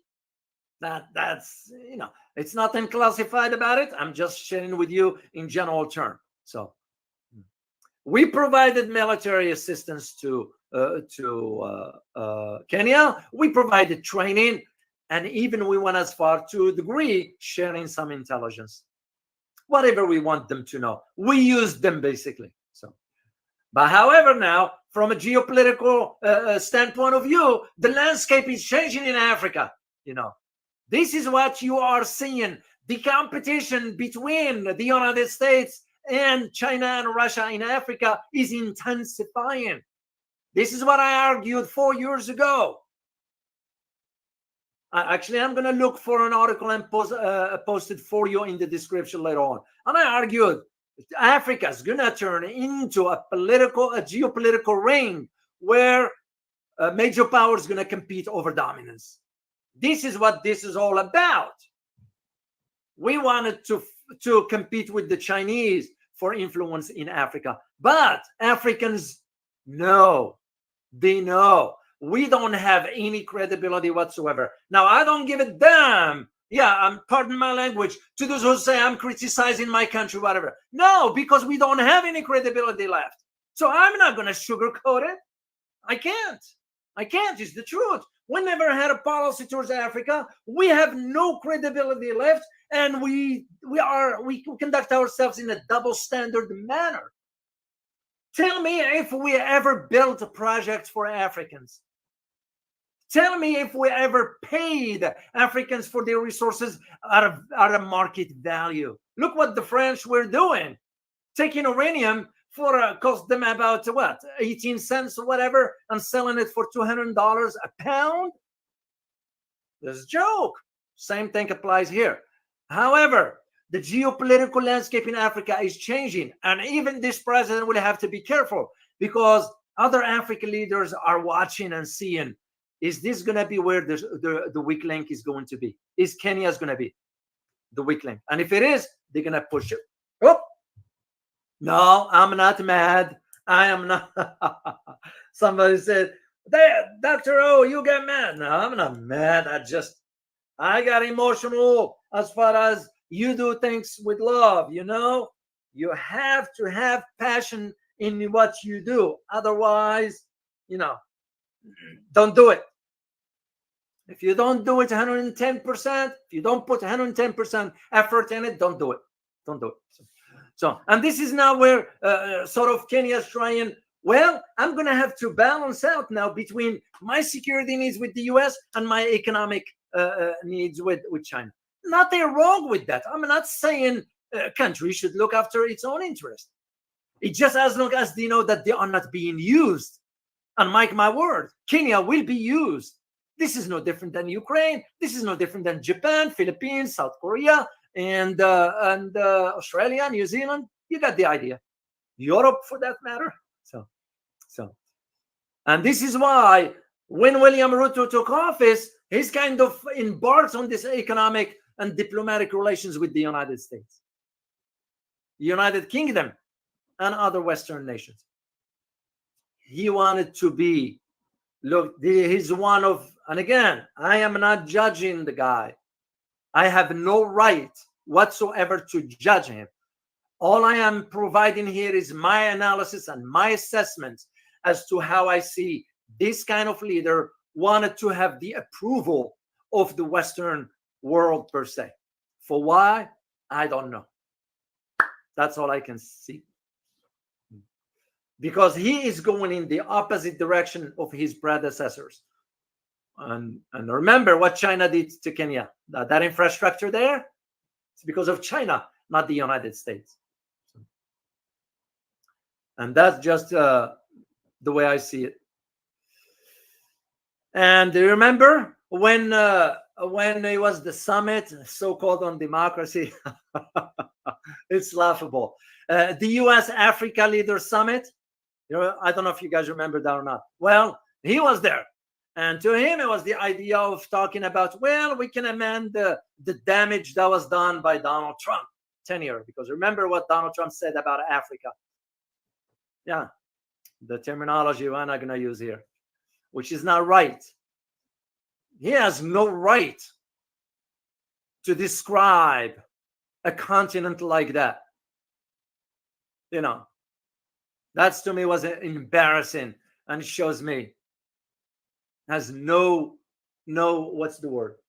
No qualifications in understanding what geopolitics and diplomacy is all about. No. Now, because here is the thing, this overture geopolitically, the overture from Kenya towards America, it starts in a sort of stands at a stark contrast with that of the previous leaders. But it's their country, they can decide whatever they want. So let's move to the military aspect. Why is this important? Because I'm going to show you a picture here, guys. This picture, I think it was during this meeting, but I also have a link, except that I can't put that link. Anytime I put that link for you guys, I get an email from YouTube. They said we removed the link for some other reason. They don't want that. And I tried a couple times and they removed it. I have no control over that. But anyway, it was during this meeting. Okay? It was during this meeting when Biden declared Kenya as a non-NATO ally. Which means what? Kenya basically will have sort of privileges and access to sophisticated military equipment, training, and loans to increase or augment its defense spending. You'll all see what's coming, right? So you'll all see what's coming. Now, the designation allows Kenya to benefit from various military privileges, including priority delivery of surplus defense items. You know, we all know what it means. But this is not about that. You know, this is about the Sahel region. You all remember. I wish I kept the map here. Let me see. Oh, let me see if this is the right map. No, that's Malacca Strait. I don't have the map.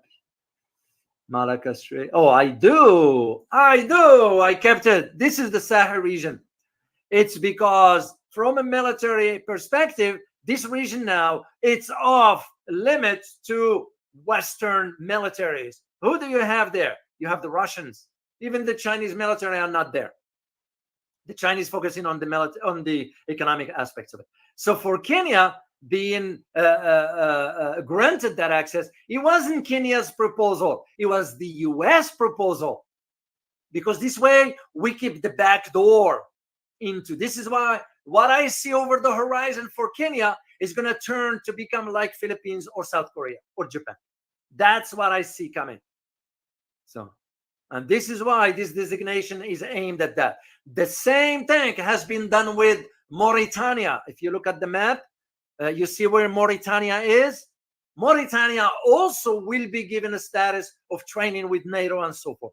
All this is not aimed at helping whatever. No, it's because the Sahel region is changing. And with it, the geopolitical landscape in that part of the world. That is what is happening for that. So now Kenya joined the list of non-NATO allies. That includes Japan, that includes South Korea, Australia, Israel, Egypt, Jordan, Argentina, New Zealand, Thailand, and Pakistan, among others. Let me repeat this, because again, Western media is not disclosing in detail all this stuff. Kenya now joined the list of other non-NATO allies that includes Japan, South Korea, Israel, Australia, Egypt, Jordan, Argentina, New Zealand, Thailand, and Pakistan. So that's what I found very, very interesting. And I even got a tweet from SL Quentin. By the way, he's a journalist, and I am going to have him on the channel next week. I'll post the link for you later on once I set it up. Don't miss this conversation. He's someone who's been around, and I know him. He and I would talk via tweet. I've been on his platform on Twitter, on X, live for that. But so I saw this from him, and I'm going to share it with you guys because you need to see this one. All right, share the screen. Very interesting. And that falls exactly with what I'm talking about. And I'm just sharing it, and you guys reach your own conclusion for that. Oh, it's not clear. Bummer. Anyway, what it says there, US, NATO, and IMF are destroying Kenya. This is what SL Quentin posted, and I saw it there. Massive protests in Nairobi, the capital, after the government imposes billions of dollars in new taxes. This must be a reform imposed by IMF. Also, President Ruto visited the White House last month when Biden designated Kenya as a non-ally member. So you'll see what's coming, right? Then comes the third element in my analysis here, which has to do with economics. Very important to understand. Now, this is to put this in perspective for you. This kind of demonstrations which, by the way, I only had few pictures. I didn't want to put much there. This kind of demonstrations, by the way, it was what Kenyans did, the people, on Monday, which was on the 17th. You know, they took to social media platform X. And here is what they did. Spamming the official accounts of the International Monetary Fund and its managing director, Kristalina Georgieva. I have her picture here, right here. She's right here with William Ruto. Okay. Now, she is the IMF. She's the one who agreed to push for the loans and all that stuff. Okay. And the user who used this on X claimed that the fund received from the IMF, the 1 billion, this is what's led into these punitive taxes and pressuring the Kenyan people. That's why they won't have it. You know, use history as your guide, guys. Use history. Go back to the French Revolution. What happened? Why the French Revolution happened? The gap got so widened. The rich got richer and the poor got poorer, but also because the government was heavily taxing the masses there through the farmlands and so forth. The same thing even for our independence, because the British were taxing the colonies to fund their wars and so forth. And you can't pressure society forever. At some point, it'll retaliate, and that's exactly what happened. So what happened economically is that Kenya, which was very interesting, Kenya didn't disclose this way back. They waited. So Kenya, under pressure from the IMF to increase taxes, with the suggestion floated that the value-added tax, known as VAA, on all petroleum products might be doubled to reduce its budget deficit. No. You, IMF, you wanted to sink the Kenyan economy to the bottom so they would never come out of it. Look what happened to Argentina. You know, look what happened to Sri Lanka. So, yeah, when they talk about this taxes and all that, no, it's nonsense. It's nonsense. They wanted to sink in the economy of the same thing happened to Pakistan. You know, I was aware of last year when I traveled to Morocco, was in the negotiations with the IMF, which I was shaking my head. Egypt took the IMF loan. You know, you don't know what it means. And this is why Kenyans, people, not the government, Kenyan people are fighting for. It's their livelihood. How much can you tax people? I mean, you know, you give them credit for taking a stand. You know, look at us here in America. Are we taking any stand? No. No, people are so distracted with the idiot box, watching nonsense stuff. It's by design. The government wants the masses to stay away from focusing on the issues. Yeah, don't look over here while the government is doing something here. So this is where the whole idea of yeah, it's just what happened. Even now, you have protesters inside Kenya waving the Russian flag. Yeah, inside Kenya. You know, and just for you to see, I'm going to share a screen with you. So, because you need to see with your own eyes. Once again, you reach your own conclusion, not mine. Let me open this one here, the link, so you can see.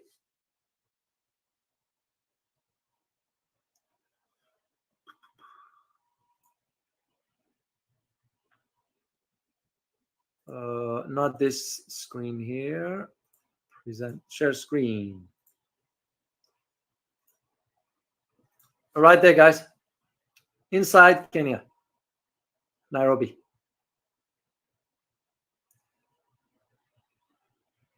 Yeah, there are reports that pro-US president of the country has just been evacuated from his residence using NATO helicopter. I can't confirm this yet, because if this just happened, I'm going to have to check. This is what it says, but I'm gonna check on it, and if I found out, I'll put a comment on it in the community tab so you can check it out. So my point in all this, it's Kenyans are fed up, and rightly so. It's also because they are seeing what other countries like in the Sahel are moving forward. South Africa are moving forward. So they don't want to be. And Kenya is not a small country in Africa. We're not talking about land mass. We're talking about its role inside Africa. But if it goes that direction, it's not going to be good. So, and what the IMF is saying, oh, this tax is going to help Kenya sort of develop its to meet its needs and pay for all that. No, they won't be able to pay the debt. It's the same way Argentina got involved in that when they took the first loan. I was aware of it back in 1986, somewhere around that time. They never paid it off. Now they are stuck with $42 billion bill. You know, there is no way once IMF give you the loan. It's because also it's tied to the dollar. And anytime interest goes up, the interest on that loan goes up as well. They will never pay it off. And this is where you're seeing that shift on the global financial system as to where BRICS is headed. And the whole global South wants to get out of the dollar and go ahead with some other means by which to transact. To me, it's common sense. It's no brainer. Yeah, that's just common sense. And this is why when you see an IMF dictating the term, well, it becomes a problem. A problem not for the IMF, problem for the country. Because if you put yourself under the rule of IMF, they're going to dictate the terms to you. And do you think they're going to dictate the term to your favor? No. China, at least, and I am not defending whatever, China at least renegotiated the debt with some African countries. I don't know if Kenya was involved or not. I know for a fact, and I have the documentation for it, that Russia forgave about $20 billion in debt for to Africa. It becomes clear. And this whole thing that happened, as I said, ironically, now call it coincidence, call it whatever, with the declaration of NATO Kenya becoming non-NATO ally, with the visit to the White House, with the IMF loan, all came in once. Now, to me, it's beyond that just coincidence. No.